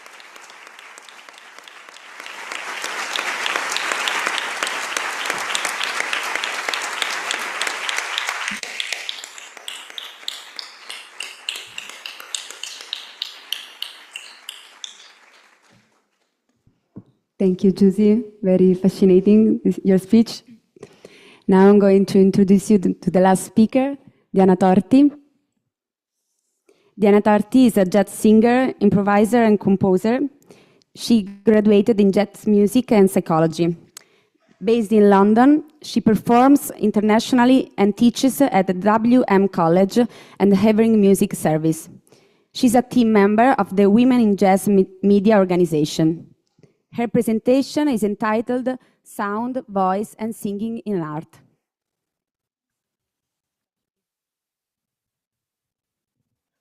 Good afternoon. Il mio intervento My presentation is about sound and how it is connected to voice and singing in art. I would like to start from the long collective research promoted by the Ipazia Immagine Pensiero Association, which resulted in 2019 in the Psyche and Art 6 conference. Sound is a sensitive expression of thought. From the title, we can understand how our interest has turned beyond sound as a perceptual form. And the plurality of disciplines involved in this study, psychiatry, etymology, paleoanthropology, biology, and music, has allowed, always keeping Massimo Fagioli's theorization firmly in mind, absolutely new insights. Let's have a look at some of them. In its most common definition, the sound referred to is that acoustic phenomenon perceived by our hearing. It arises from the sensation given by the vibration of an oscillating body. This vibration reaches the ear, which is responsible for creating an auditory sensation. However, there is also a sound as an internal dimension, invisible, hidden, unborn of itself. It is the sound related to specifically human sensitivity. At birth, it emerges from the body and will then become the matrix of singing, music, and articulated speech. In fact, we can speak of sound as hearing, which concerns the human being in its anatomical, physiological dimension in relation to nature, the wind, the sea, the rain, and the sound has feeling, sensing, which concerns the non-material, non-conscious reality, the relationship with the self and with the others. This kind of internal sound contains the sensitivity with which we feel, even though vaguely, that something positive or negative is happening, something effective or adverse.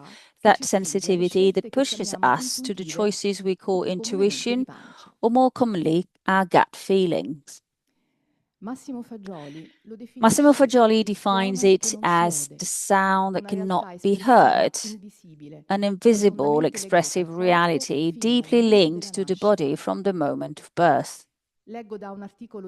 I read now from an article published in Left in 2014 entitled The Sound of Life is Sensitivity. The sound, which the ear does not hear, is not only a movement invisible to the eye, but it is transformation.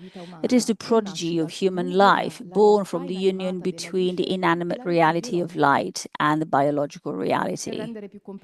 To make this complex reality more understandable, we connect it to more familiar terms: sensation, sensitivity, feeling, meaning. Let's put aside this fascinating research. I'll just put it aside and I will go back to it at the end. Another exciting research was to deepen the theoretical hypothesis shared by several current sciences, for which phylogenetics, the evolution of the species, corresponds to ontogenesis, the development of the individual. So we asked ourselves, is it possible that as sound, a matrix of creativity, has been present in the human being since the beginning of life, it also emerged at the dawn of the human species as the first expressive and artistic act, not linked to something helpful or to survival. If we try to imagine being inside a prehistoric cave and the light of fire protected from the bad weather outside, we can discover by deduction and imagination that the first perceptive sound, the first concrete expression of the sound that cannot be heard, was the voice, and specifically the voice of a woman. It is her, in the semi-dark cave, must have begun to modulate the sounds, differentiating them from the scream of her partner, a man who outside frightened beasts and enemies. It is the woman who must have started singing as a playful reaction to the vitality of the newborn. We were then enriched by the scientific discoveries of Igor Retsnikov, the anthropologist, who showed that cave paintings are all the more numerous, the richer the resonance of the cave, reinforcing the hypothesis that the sound of the voice precedes the image. This means, simplifying, that human beings chose the space where to live, first of all, because of their resonance, as a reason for safety, communicative form, and certainly for the well-being. Not to mention the hypothesis shared by many that for our ancestors, the art of singing and dancing, even as a simple movement of the body, preceded the spread of cave paintings.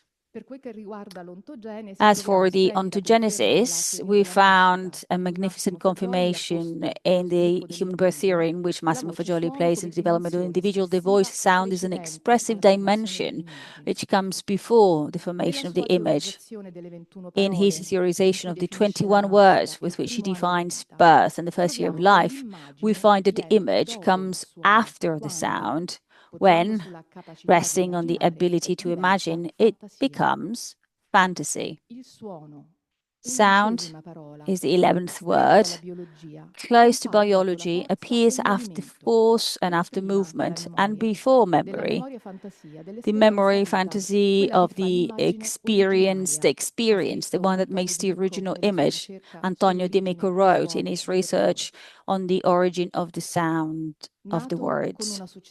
Born with a succession of dynamics that are the same for everyone, sound becomes cry, and then it changes, because of recreation, into that set of elements that characterize the diversity of the voice of each human being. I would like now to tell you how these reflections are linked to my profession as a singer. Singing is considered one of the first arts because it is more physical. It is an artistic form in which the body is a real musical instrument and the voice comes out of it as a sound product. Singing tells about the affections, the thoughts, and the identity of the singer. The voice is a phenomenon that has been much studied in the field of the physiology of the vocal system and for the physical aspects that make it. Until now, however, the research on the biological and anthropological philosophical origin of the voice has been almost totally missing. The causes of this reticence have been studied by the philosopher Adriana Cavarere, who tells how philosophy has always depersonalized the concept of voice, eliminating it from any investigation of on the humans. Plato was the first to talk about vocal elements, relegating it to an abstract and anonymous concept. The problem of philosophy since its establishing, says Adriana Cavarero, is the tendency to compose an abstract and disembodied universality where the regime of a word that does not come out of any throat or flesh reigns. On the other hand, current vocal and musical research proposes a reappropriation of the close link between voice and body, between sound and physicality. Concepts such as auditory body and body of the voice recall some of the most recent debates, and now feeling the cultural and research debates that had been little explored until now, helping to recover the human and affective dimension of sound.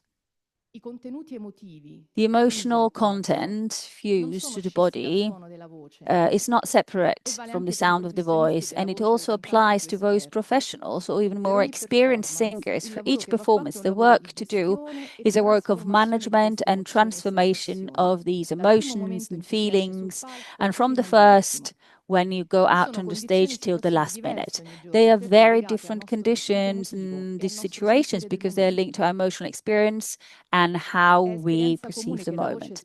It is shared experience that the voice expresses something intimate. It connects body and mind, the inner and outer space, for example, or the inside and the outside. If an exciting memory comes to mind, or the voice breaks in telling, or the breath breaks if you're faced with an unexpected event.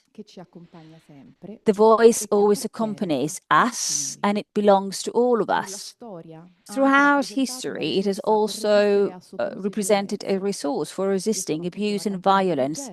I am a jazz singer, and so I can think of the birth of blues and the African slaves who were taken to America and deprived of their freedom. They used their voice as a tool to keep alive the memory of their places of origin, their culture, and their affections. The voice is still the target of oppression and prevarication. For recent examples, let's think about Afghanistan, where women have been banned from singing and using their voices in public places. In recent decades, the research developed towards sound and voice and has become enhanced with increasingly interesting contributions that led to more disciplines to interconnect. The wonderful exhibition, The Body of the Voice, Carmelo Bene, Casey Barbera and Demetrio Stratos, held in Rome in 2019, is a representative example of how scientific research and artistic experimentation are increasingly connected in this regard. The event opened with a space dedicated to illustrating the vocal system and its functioning. The physiology of the voice is the same for everyone. And then it develops with the artistic and experimental history of the three artists, undisputed protagonists of the vocal research of the second half of the 20th century, which represents a turning point in the culture of the voice.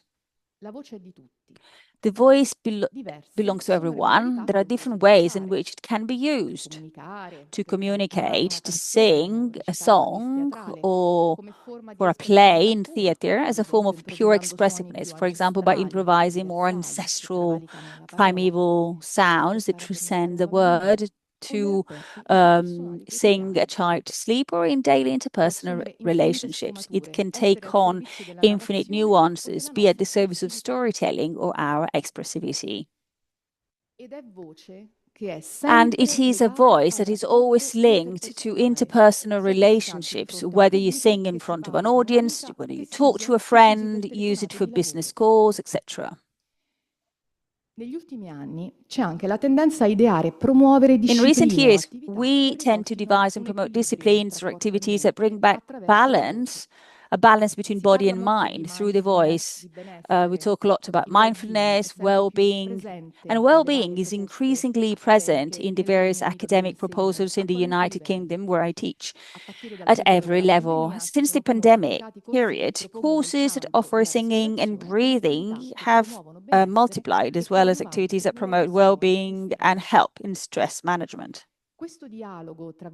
This dialogue between various disciplines is bringing new content to my professional as a singer and singing teacher, which cannot be separated from a humanistic training. And this is because we not only work with the body, but also with internal dimensions and interpersonal relationships. And we share the idea that art is also social commitment.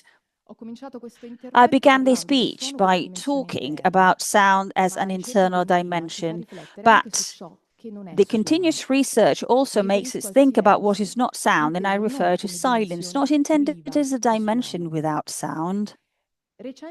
Recent studies confirm that the silence that is perceived is not passive, it is a biological and emotional activity.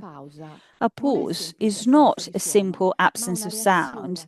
It is an active reaction similar to what happens when listening to music or someone singing. Psychiatrists tell us that in the silence of birth there is sound that cannot be heard.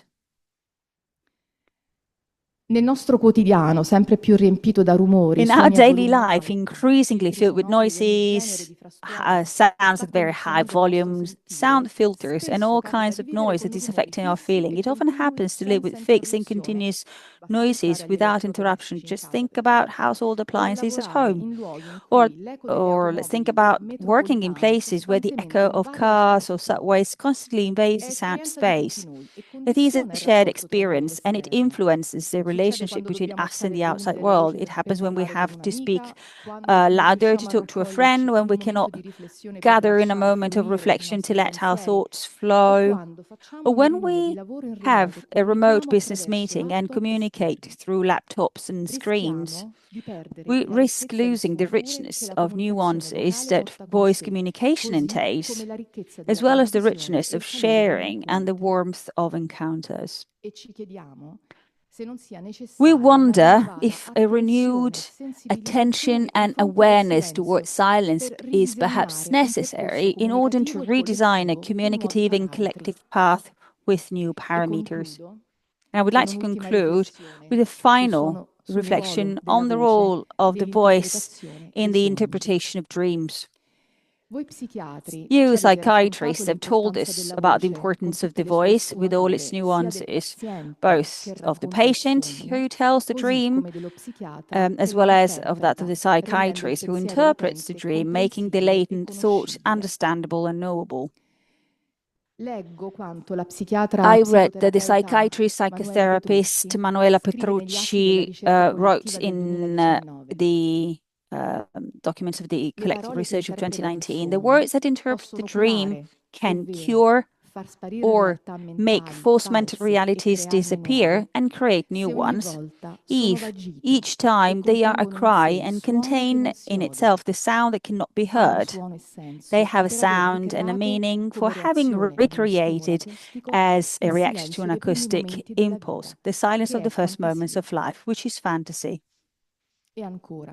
And again, if freedom is the obligation to be human beings, then each of us, having the knowledge of the 21 words, has the obligation to realize a new intelligence that, after rejecting the verbal language that came from man to frighten beasts and enemies, finds the language of the words, the daughters, the new daughters of sound. It is necessary to realize the new word that comes from the body. Now I leave the floor to you, psychiatrists. Tell us what we can add and how to handle ourselves in this research in sound so linked to what is human, to get to know each other even more, not only as professional singers, because voice and singing are the heritage of all human beings. They belong to all human beings. They emerge from biology and they involve the skin and the whole body. They express in their interhuman relationships and they stimulate sociality as they can make people feel good. May you sing or listen, and we want to feel good. Thank you.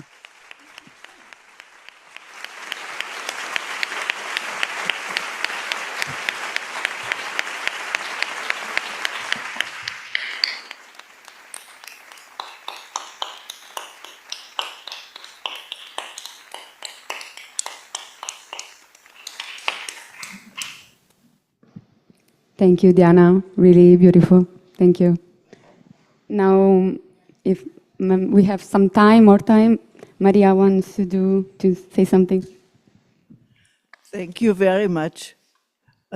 All you have brought these very interesting presentations. I must say I'm still very, very moved by these deep felt lectures you gave, and especially your lecture was really so moving because you spoke from your traumatic experience. I mean, to lose your mother in very early age with 7, it was too early actually, and then you kept it in your soul and in your mind, and when you had a traumatic experience like surgery is, I think, then you could feel your mother again and be in contact with her. And I realized, but maybe you correct me, that then you could part from her in a way when you experienced it again. And I think in all now of the papers, we could realize that it is very important to find, especially with traumatized patients, to find ways how to reach them. And I think what you said, Silvia, about using poetry and metaphoric speaking and patterns, then of course it's another way how to reach by writing, like you demonstrated with the patient of yours when she read the diary of her sister and realized that her sister was abused, sexually abused, that she could not speak about it. But when she wrote it down by poetry, you could, of course, get in contact with her and felt her feelings. And what was very astonishing to realize how much revolutionary aspects in your lectures were, especially with films and singing and with dancing. And I think that's very important too, because we have a kind of film therapy now, and we have a kind of dancing, I have dancing therapy and singing therapy. So it's really very important to have these healing moments in expressing yourself in dancing, because then, as Massimo Faccioli says, you can find your inner sound and bring it to the outer world and in contact and in relationship. And the expressive dancing, it was actually developed in Germany, and the expressive dancers realized that it is healing for them when they just dance freely and they can feel their sadness or aggression or restrictions in themselves and free them. And so dance therapy was discovered and brought into psychotherapy and in psychiatric treatment. And of course, with singing, it's the same. You bring it out and can bring it from your depths out to the world. And we know from research that even newborn babies can recognize the voices of the mother and the father. So from the beginning, when we start our life, the voice is very important. And of course, when there is a warm and good well-being and good feeling in the voice from the beginning, it's very important for the development of this child or baby. So that was really a very moving panel, I think, with so many interesting aspects. And I don't want to say more. Actually, I prepared something, but I left it because I was so affected by all of your presentations. And now I think we could start the discussion. Maybe you have been moved to, or you have other ideas. But I think it's a very, very interesting and very important topic we had today in the panel. Especially when we consider traumatization. We have to find other ways to reach our patients, not by just by verbal expression. Yes, please. Any question to our presenters?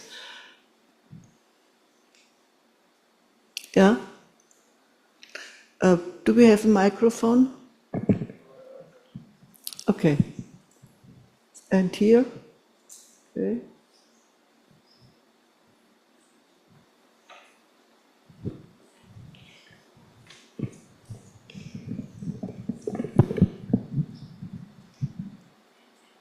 Allora, volevo fare complimenti innanzitutto per la profondità degli interventi. Well, first of all, I really appreciated all these speeches, and I would like to ask a question to Professor Diana Torti, because I was really impressed by the connection with the speech by Professor Polese of how the therapist, listening to the words of the patient, telling his dreams, does not only count on words, but also on sound. And so from there, therapists give back new images.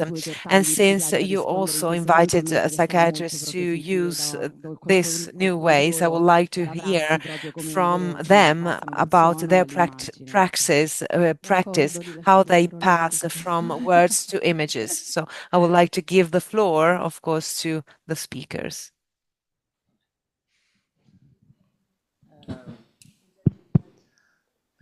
Speravo non fosse acceso per prendere tempo. I hoped the microphone was not on to have some more time, but anyway, this is a very difficult question, and I don't know if I am able to give an answer on this. Maybe some of you would like to help me then. I see Francesca Fagioli, for example, author of a book on interpretation of dreams. So what I can say while she's thinking is that from the methodology point of view, and I'm okay, let's talk in English. From a methodological point of view, the first step for dream interpretation, according to human birth theory, is looking for an image behind the image which has been described by the patient. There is always an image hidden behind the image which has been described by the patient. A point of reference is the transference, because usually when psychotherapy starts, the dream is very often centered based on the psychotherapeutic relationship, because the psychotherapeutic relationship is very strong. It's like overwhelming the patient's life, because he or she invests all affections, all emotional images and thoughts into the transference. So it can be very helpful considering what's happening in the relationship with the patient in the time of the setting. Usually the patient transforms the experience with the therapist into an image, an invented image, and the therapist needs to be able to find that experience and how the patient has modified this experience in the relationship.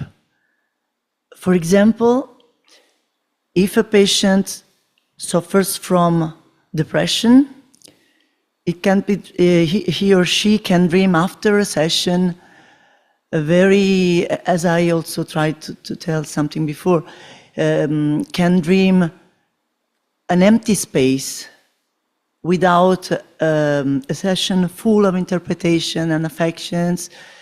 He or she can dream an empty space.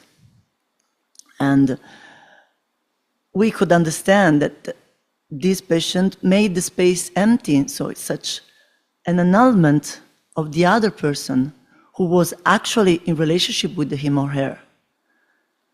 While if he or she is going out from this depression, it can be dreamed something else. Maybe an imagination can be in his mind, and he can dream like to be in a place with plants, like in a garden.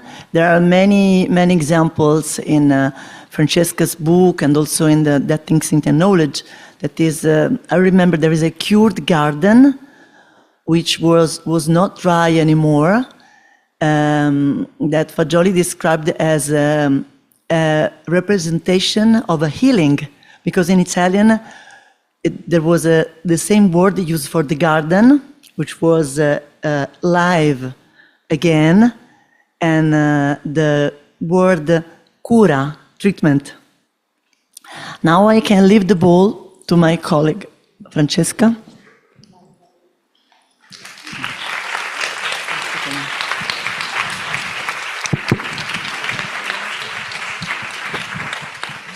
Beh, no, non ti ringrazio Daniela per questa aula, però cerchiamo sì di, non so. Well, of course, Daniela, I can't thank you for this, but let's try to think together. This question is very challenging because it puts together what you asked yesterday that we use in group psychotherapy, in particular, this particular way of interpreting dreams and therefore this particular way of doing psychotherapy. Some of us were lucky enough to be in the collective analysis and so to see and live the way of Massimo Fagioli could interpret dreams with all these people. And he interpreted the content of images, but also the sound of the voice, as if the first moment was listening to this specific sound that gets to the ears, as I was trying to say yesterday when I was giving my speech. And together with this, when you are in psychotherapy with a patient or in a group psychotherapy, this sound gets together to a way of moving of the patient. And so our sensitivity must be to grasp what is called phenomenology, that is not only a representation of something, but it is also a content. Aspetta, c'era un'altra cosa. I think there was something else. From a mental point of view, there are those 2 points that I mentioned yesterday. So once the patient gives you, with the sound of his or her voice, this picture, in your mind, in your head, this picture, that is not transformation by the patient, it is only telling directly what they have in their minds. You, as a psychotherapist or psychiatrist, at the same time have to eliminate from the picture the conscious memory to give back the image that you had, but that entails the meaning and the context of that image. And then, as Daniela said, of course, this picture, this image is connected to the therapeutic relationship, because what is healing is the psychotherapy. And in this, as of course Maria said, you can also use images that maybe a particular therapist makes outside of the therapy itself. But it's not that that picture, that representation is healing. It is healing, but only in this particular way of doing psychotherapy, inserted in a transferred interpretation setting. This is essential, and the essential thing for which we have to see psychotherapy as that way of acting. There is other things that can be healing or that can promote well-being, like being together and so on, but we have to be very careful, because we have to remember that the healing that we do through images and sound and so on must be used only in this specific relationship.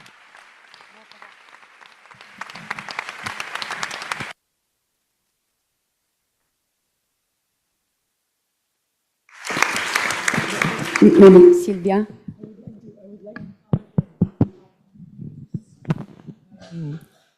I think that I'm just going to make a comment that it goes beyond theory, but I want to go back to transference in the dream and countertransference in the dream, and how do we have to imagine beyond the image that we get. I have a very complicated patient, long-term, intermittent long-term, that has finally opened up in reference to himself, not to me, in reference to himself, with dreams. And I don't know, for the past Now I'm seeing him every other week. The frequency has been determined by him and by his ability to develop intimacy in the sessions, in reference to the ability to relate emotionally in reference to somebody else. And he now for over a year has started every session with a dream. This is a patient that has had chronic suicidal ideation and never acted out on them directly, but always found himself like in a dream state, driving through, for example, windy roads and almost hitting a tree, or driving on a highway, and would always drive in the middle lane, because if he was driving on the right or the left, he would think of himself hitting the divider. So this is a dream that stuck. In fact, I cannot copy. I mean, I'm seeing him. He's not in New York anymore. I'm seeing him virtually, and if I write, he becomes very concerned. He wants me to be participating in the dream.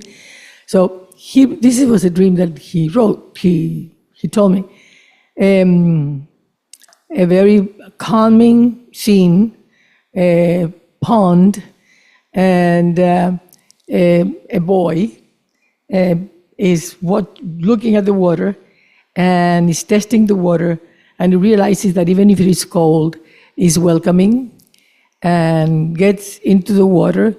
And he had told me that he was a good swimmer and he could be under the water for a certain period, when they comment about something.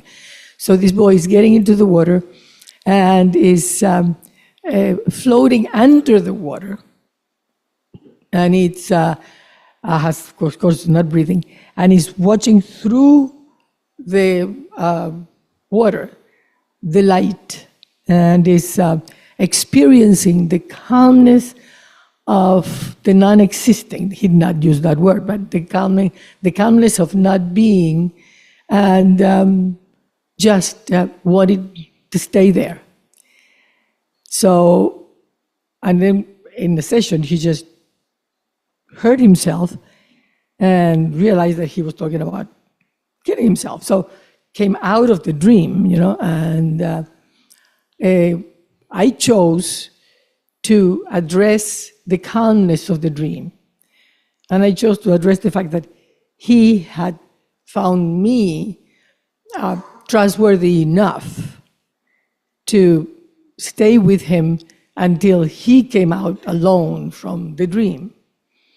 So instead of just talking about his passive suicidal ideation, which at the time had been active, and I wouldn't have told you how, I will tell you now, I chose to stay with the boy. And I chose to say, tell me about the calmness feeling that that boy felt. And tell me, what was I doing there, watching you? And he said, well, I knew I was safe.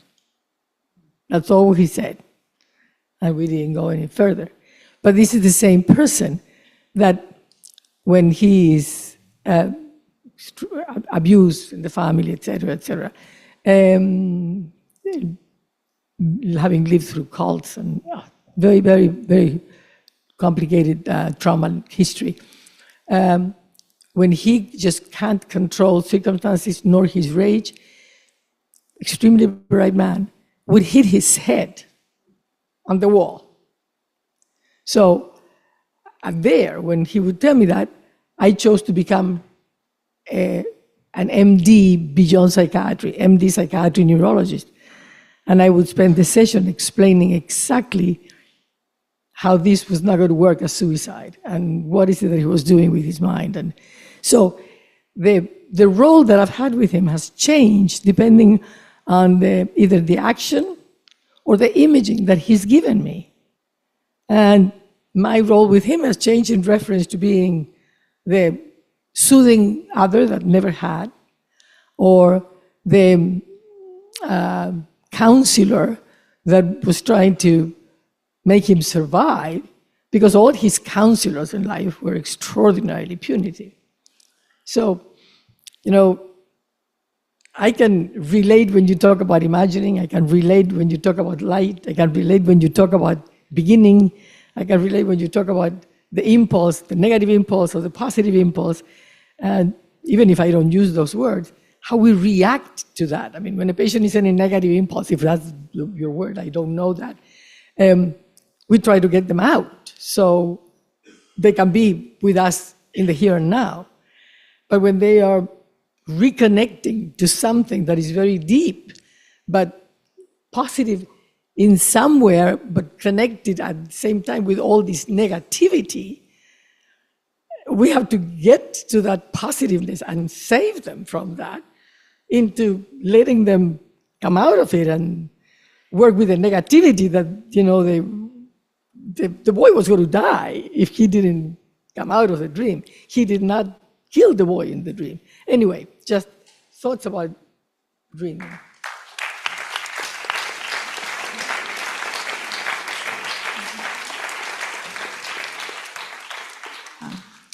Thank you so much to all the presenters. My question goes to Richard.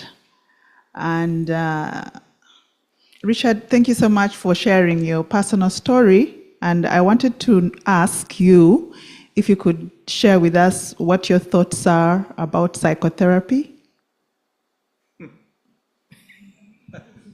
In 1 minute.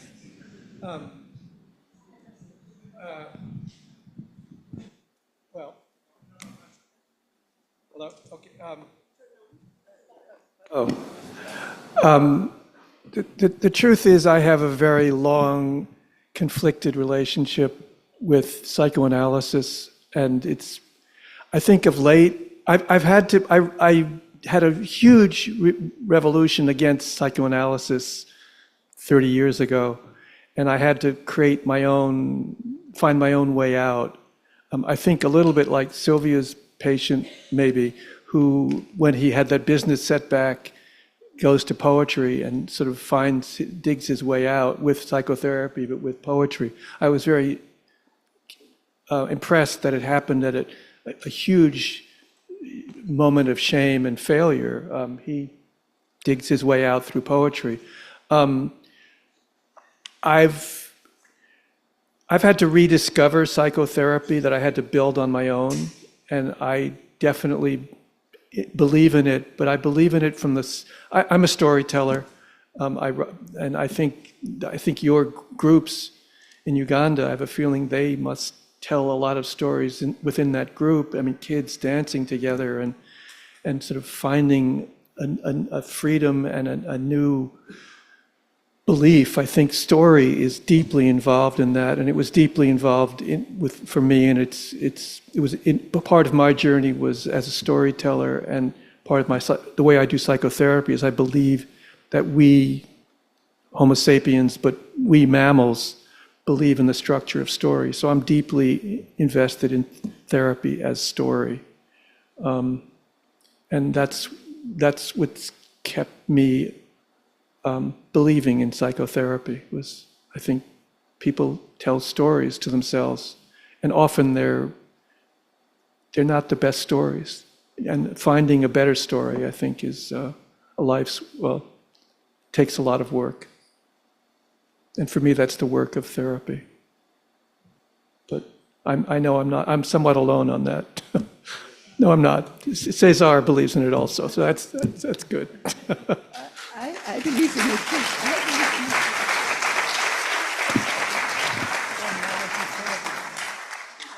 Can you bring the microphone to Professor Alfonso, please?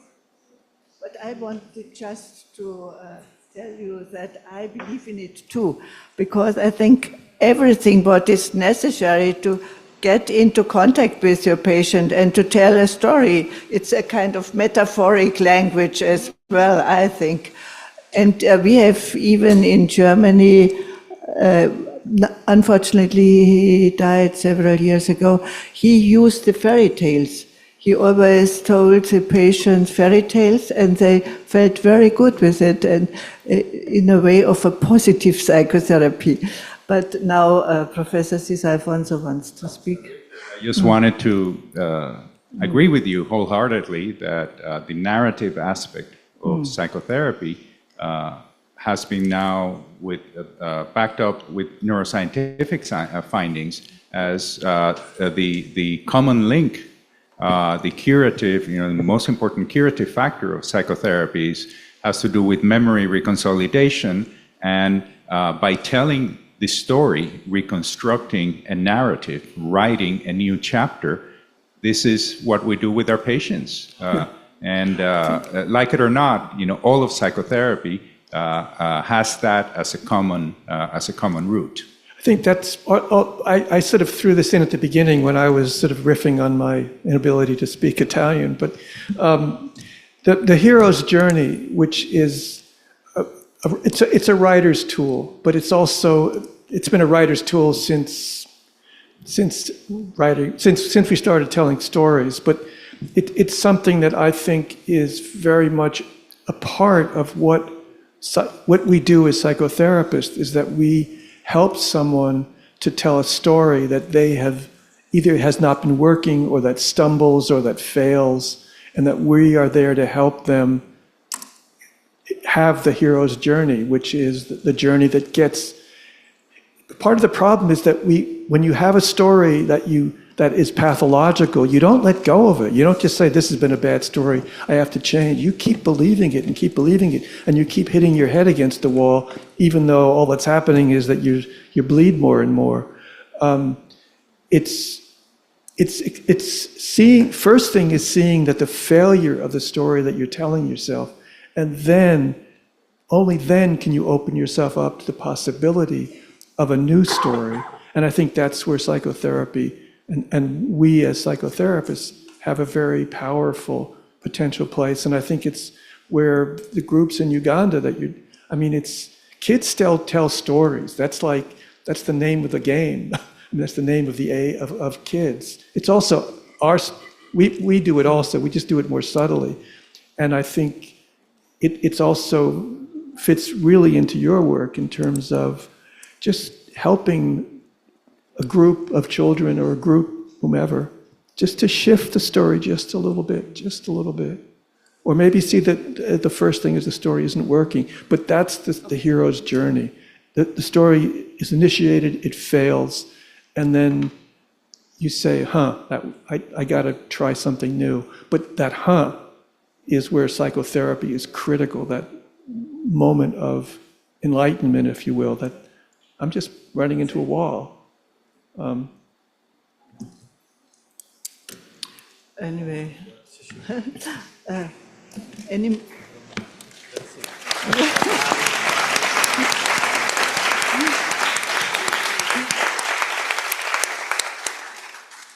more questions?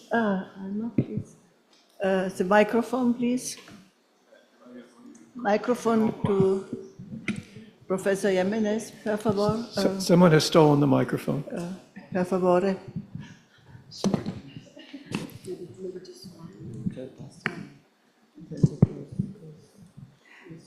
Hello, good morning. This is a comment actually for the paper of Diana Torti. I was taken aback in the last part of your paper. You appealed to the psychiatrists, to the mental health professionals in the audience to help you singers in improving your craft. I was taken aback by that because in my experience, I look up to the artists, to the singers like you, to help me project more emotion when I speak or when I use my voice in psychotherapy. I found it refreshing that it came from you. I wonder what you think you can get from the psychiatrists. It's actually we psychiatrists who can get much from you.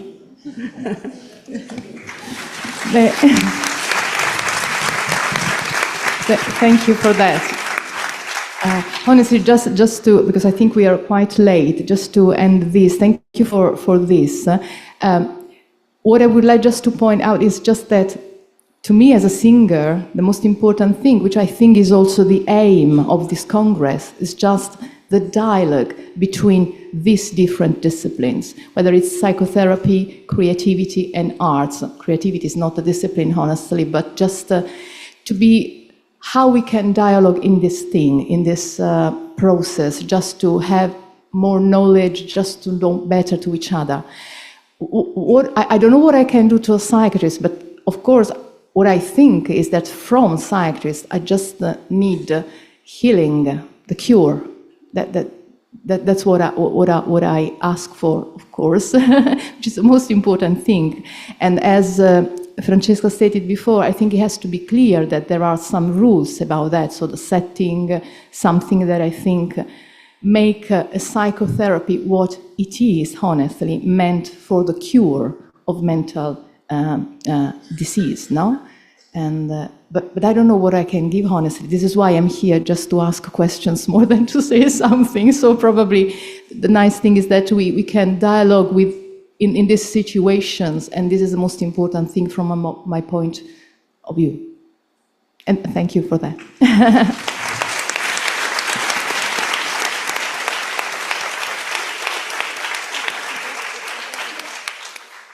So thank you very much, all our speakers, and that it has been such a lively discussion now. And I think it was very important that, of course, all these creative aspects we had considered, singing, films, dancing, and poetry, and even own experiences which come into psychotherapy, are just sometimes very important to integrate it. But of course, it's a longer phase of development, and psychotherapy always needs a process and confidentiality and good contact between the psychotherapist or the psychiatrist and the patient. So we just can realize what is possible to integrate, that it can be a healing moment in the treatment. So thank you very much, everybody. And now I think we can go for lunchtime.